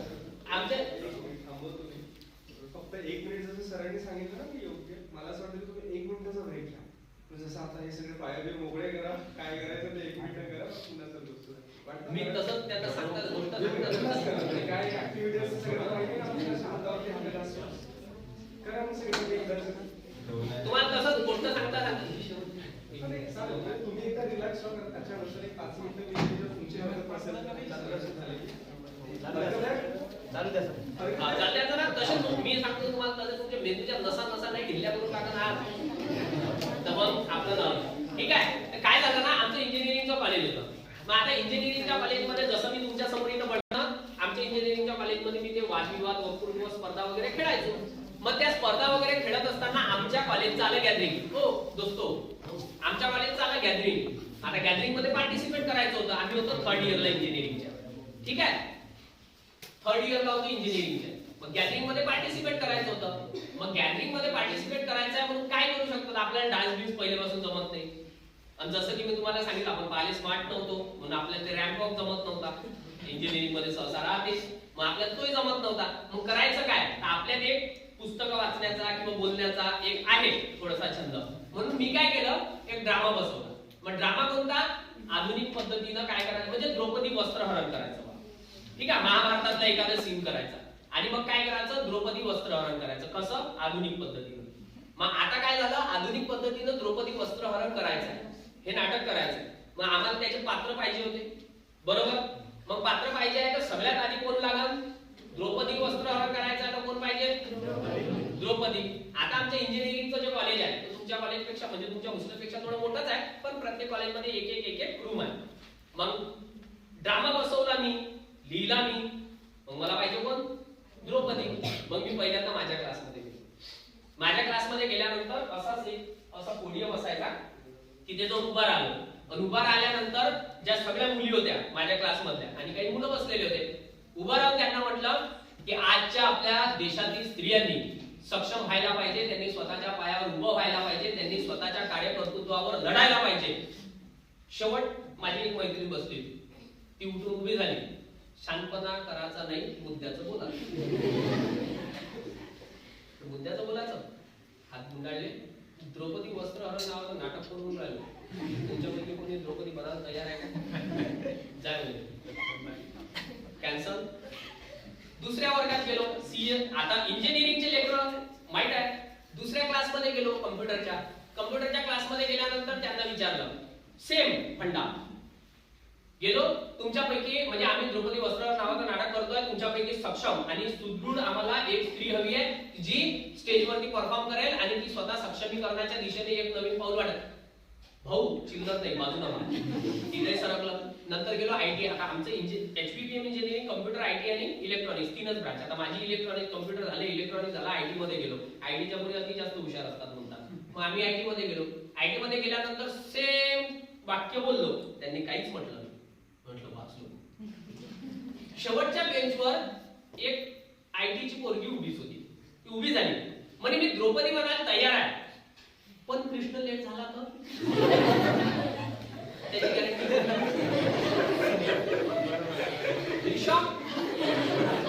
काही खरंच नाही. हतबल झालो, थकलो, क्लासमध्ये आलो, डोकं बेंचवर डेस्कवर टेकवलं आणि डोकं डेस्कवर टेकवल्यानंतर विचार करायला लागलो. तेवढ्यात एक अशीच म्हणजे मागे वळून पाहिलं. आता इंजिनिअरिंगचे पोरं कसे असतात, काही पोरं असे असतात की 10वी नंतर 11वी 12वी नंतर सीईटीची एक्झाम, डायरेक्ट इंजिनिअरिंग, ही एक कॅटेगरी. दुसरी कॅटेगरी 10वी पॉलिटेक्निक नंतर इंजिनिअरिंग, हे दुसरी कॅटेगरी. एक तिसरी कॅटेगरी आहे, पहिले 10वी, मग 2 वर्षाचा आयटीआय, मग 3 वर्षाचं पॉलिटेक्निक आणि मग 3 वर्षाचं इंजिनिअरिंग, हे झाली तिसरी कॅटेगरी. एक त्याच्यापेक्षा डेंजर कॅटेगरी, ते चौथी कॅटेगरी. 10वी, मग 11वी 12वी सायन्स, मग आयटीआय 2 वर्षाचा, मग डिप्लोमा आणि मग इंजिनिअरिंग. ही कॅटेगरी आहे इंजिनिअरिंग मध्ये, म्हणजे 2-4 असतात. मग आता आमच्या क्लासमध्ये अशाच एक कॅटेगरी वाला गडी होता. पण आता मग एवढी मोठी कॅटेगरी जर लांबली, म्हणजे 11वी 10वी 11वी 12वी नंतर आयटीआय नंतर पॉलिटेक्निक नंतर इंजिनिअरिंग, एवढं वाढल्यानंतर डोक्यावरती केस राहणार आहेत काय? अजिबात नाही. तर मग आमच्या क्लासमध्ये एक डोक्यावर केस नसलेला असा टक्कल पडलेला एक माझा मित्र होता. मी त्याच्याकडे पाहिलं आणि त्याच्याकडे पाहून सहज त्याला म्हटलं, का बे डोक्यावर केस नाही का? म्हणजे हो. मग तुला काय करायला लागते? म्हटलं द्रौपदी बनता द्रौपदी बनता काय? हो. काय च्यात मध्ये? म्हटलं अबे आपण ड्रामा सेट केला आपल्या क्लासचा, आपल्याला जिंकायचा आहे, तू द्रौपदी बनणं. म्हणजे एवढे शॉकिंग एक्सप्रेशन त्याचे का तो आला, त्यानं गळ्याला म्हणजे मला मिठी मारली आणि मिठी मारल्यानंतर लगेच तो आल्यानंतर मला काय म्हणायला लागला की माझ्या सगळ्या पिढ्या म्हणजे त्याच्या जवळपास 2 की 3 पिढ्या या नाटकामध्ये काम करायच्या. आज मला माझं टॅलेंट दाखवण्याची सगळ्यात जास्त गरज आहे म्हणे आणि मी द्रौपदी बनायला तयार. बनला द्रौपदी. म्हटलं चला द्रौपदी झाली. मग आता कोण पाहिजे होतं? आम्हाला कृष्ण पाहिजे होता. मग एक कृष्ण बनला. आमचा एक मित्र जो होता तो कृष्ण बनला. नंतर द्रौपदीचं वस्त्रहरण कोणी केलं होतं? दुःशासन. आम्हाला एक दुःशासन पाहिजे होता, बरोबर. दुःशासन तयार झाला. मग आम्हाला सगळे पात्र भेटले, आम्हाला भीमच नव्हता भेटत. मग भीम का नव्हता भेटत? जसं मी सुरुवातीला सांगितलं की हर्षल सर आणि माझं वजन म्हणजे तुम्ही 50 म्हणता, आम्ही तर 50-55च्या रेंज वाले.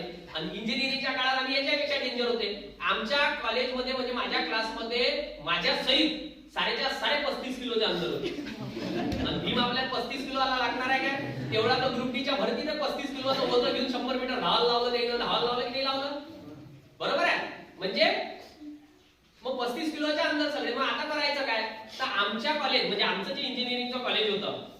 HPPMचा, त्याचा कॅम्पस खूप मोठा आहे, हनुमान व्यायाम प्रसारक मंडळाचा. तर तिथून 1 किलोमीटरच्या अंतरावर म्हणजे MBAचं कॉलेज आहे, सेपरेट MBA. तर आता काय व्हायचं, आम्हाला 1:30 वाजता म्हणजे 1:30 एक रेसेस व्हायची, 2 लेक्चर झाल्यानंतर सुट्टी व्हायची, नंतर एक रेसेस आमची 3:30 वाजता व्हायची आणि 5 वाजता आमचं कॉलेज सुटायचं. तर हा जो MBA वाला होता त्याला इंजिनिअरिंगचं काहीच घेणं देणं नव्हतं अजिबातच. तरी हा त्याच्या MBAच्या कॉलेजमधून त्याच्या बुलेटला किक मारून आमच्या इंजिनिअरिंगच्या चक्रा मारायचा 1:30 वाजता 3:30 वाजता आणि कॉलेज संपल्यावर. आम्हाला समजलंच नाही. 2-4 दिवसानंतर ते माझ्या डोक्यात आलं का नेमका चक्रा कायच्यासाठी मारून राहिला. मग हट्टा म्हणजे बिलकुल जिम वगैरे करणारा गडी, चांगला हट्टा मस्त बुलेट घेऊन यायचा. मी अलगद त्याच्या जवळ गेलो आणि त्याच्या जवळ जाऊन त्याला म्हटलं की दादा तुमच्यासोबत काम आहे. म्हणजे काय म्हटलं 2 मिनिटं फक्त शांततेनं सांगा काय काम आहे.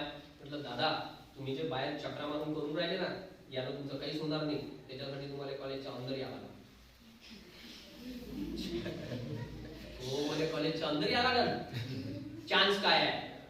म्हटलं दादा आम्ही करतो द्रौपदी वस्त्रहरणवाला नाटक, द्रौपदी आहे इंजिनिअरिंग कॉलेजची सगळ्यात स्मार्ट मुलगी. गाडी बुलेट स्टँडवर लावली, स्टँडवरून खाली उतरला, टेन्शन घेऊ नका गदा मी शिकत आणतो म्हणजे. गदा त्याने विकत आणली. गॅदरिंगचा दिवस आला, आमच्या ड्रामाचा स्टेज सजला, ड्रामा सुरू झाला. आता ड्रामा सुरू झाल्यानंतर काय झालं, पडदा उघडला. पडदा उघडल्यानंतर आम्ही सगळे लोक स्टेजवर गेलो. स्टेजवर गेल्यानंतर ती जी द्रौपदी होती, द्रौपदी तिथं उभी होती. द्रौपदी उभी असल्यानंतर तिचं जे वस्त्रहरण करायला येणारा दुःशासन होता, दुःशासननं पाय समोर काढला, द्रौपदीच्या साडीला हात लावला, तसा तिकडून भीम कल्ला गेला. ओय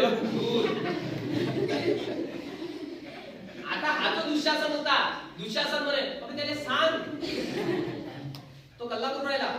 म्हटलं दादा 2 मिनिटं. तो म्हणे तू त्याला सांग, हात लावून राहिला. परत दुःशासनने म्हटलं शांत राह, काळजी करू नको, तू जा नाटक कंप्लीट कर. दुःशासननं डबल द्रौपदीच्या साडीला हात लावला, तसा हा डायरेक्ट स्टेजच्या मधात उभा राहिला. तुम्ही सांगितलं ना. दुःशासन परत 4 पावलं मागे गेला, मला म्हणायला लागला त्याला सांग ना. म्हटलं दादा थांब ना, तू त्याला सांग ना. असं करता करता हे दोघांचं त्याला सांगणं मला सांगणं असं सुरू होतं. तेवढ्यात माझी नजर गेली भगवान श्रीकृष्ण जे आम्ही बनवले होते. श्रीकृष्णांना म्हटलं कर ना काही, चालव ना सुदर्शन चक्र. तो म्हणे माया सुदर्शन चक्र आहे धर्मपालचं, त्याची गदा ओरिजिनल आहे लोखंडाची, त्याने टाकलंय किंवा झोडपाला काय.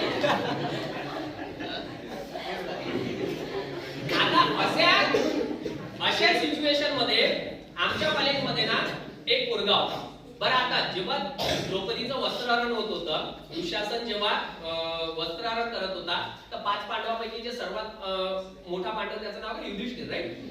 हा, तर युधिष्ठिर जो खाली मान टाकून बसला होता. तर आमच्या कॉलेजमध्ये पण सेम असाच एक मित्र होता, सेम असा खालीच मान टाकली. आणि तो वर कधी बाहेर 26 जानेवारी 15 ऑगस्टच्या दिवशी तर 1.5 घंटा झाला आपल्याला बोलून राहिला. आता वर पाहिलं त्या तर 15 ऑगस्ट आणि 26 जानेवारीच्या दिवशी झेंड्याने सलामी मारायसाठी तो वर पाहिला. नंतर तो वरच नव्हता पाहिला. असा एक गडी होता, त्याला मी युधिष्ठिर बनवून ठेवलं होतं. आता या कृष्णांना म्हटलं की तू काहीतरी कर. तो म्हणे माझ्या धर्मकालचं आहे म्हणे सुदर्शन चक्र, त्याची गदा आहे लोखंडाची, त्यांना माती फाडला, टाकलं तिकलं झोडपा, मी काय करू. मग आता एवढं सगळं झाल्यानंतर काय झालं, हा एवढ्यावरच पट्टा थांबला नाही. युधिष्ठिर पळाला. युधिष्ठिर पळाल्यानंतर यानं गदा फिरवणं चालू केलं ना, यानं गदा फिरवणं चालू केलं. तसा कृष्ण स्टेजच्या खाली, मी स्टेजच्या खाली. आता करावं काय, म्हटलं बाबा रे तू गदा फिरव, पण त्या द्रौपदीच्या जवळ जाऊ नको. हा नेमका तिच्या जवळ गेला. बरं गेला तर गेला, याला म्हटलं दुरून गदा फिरव. त्यानं तिच्या जवळ जाऊन गदा फिरवली. अशी तो गदा फिरवली का तिची वीक याच्या गदा आणि गदातली म्हणजे सरळ सरळ द्रौपदी. बरं एवढं सगळं झालं, एवढं सगळं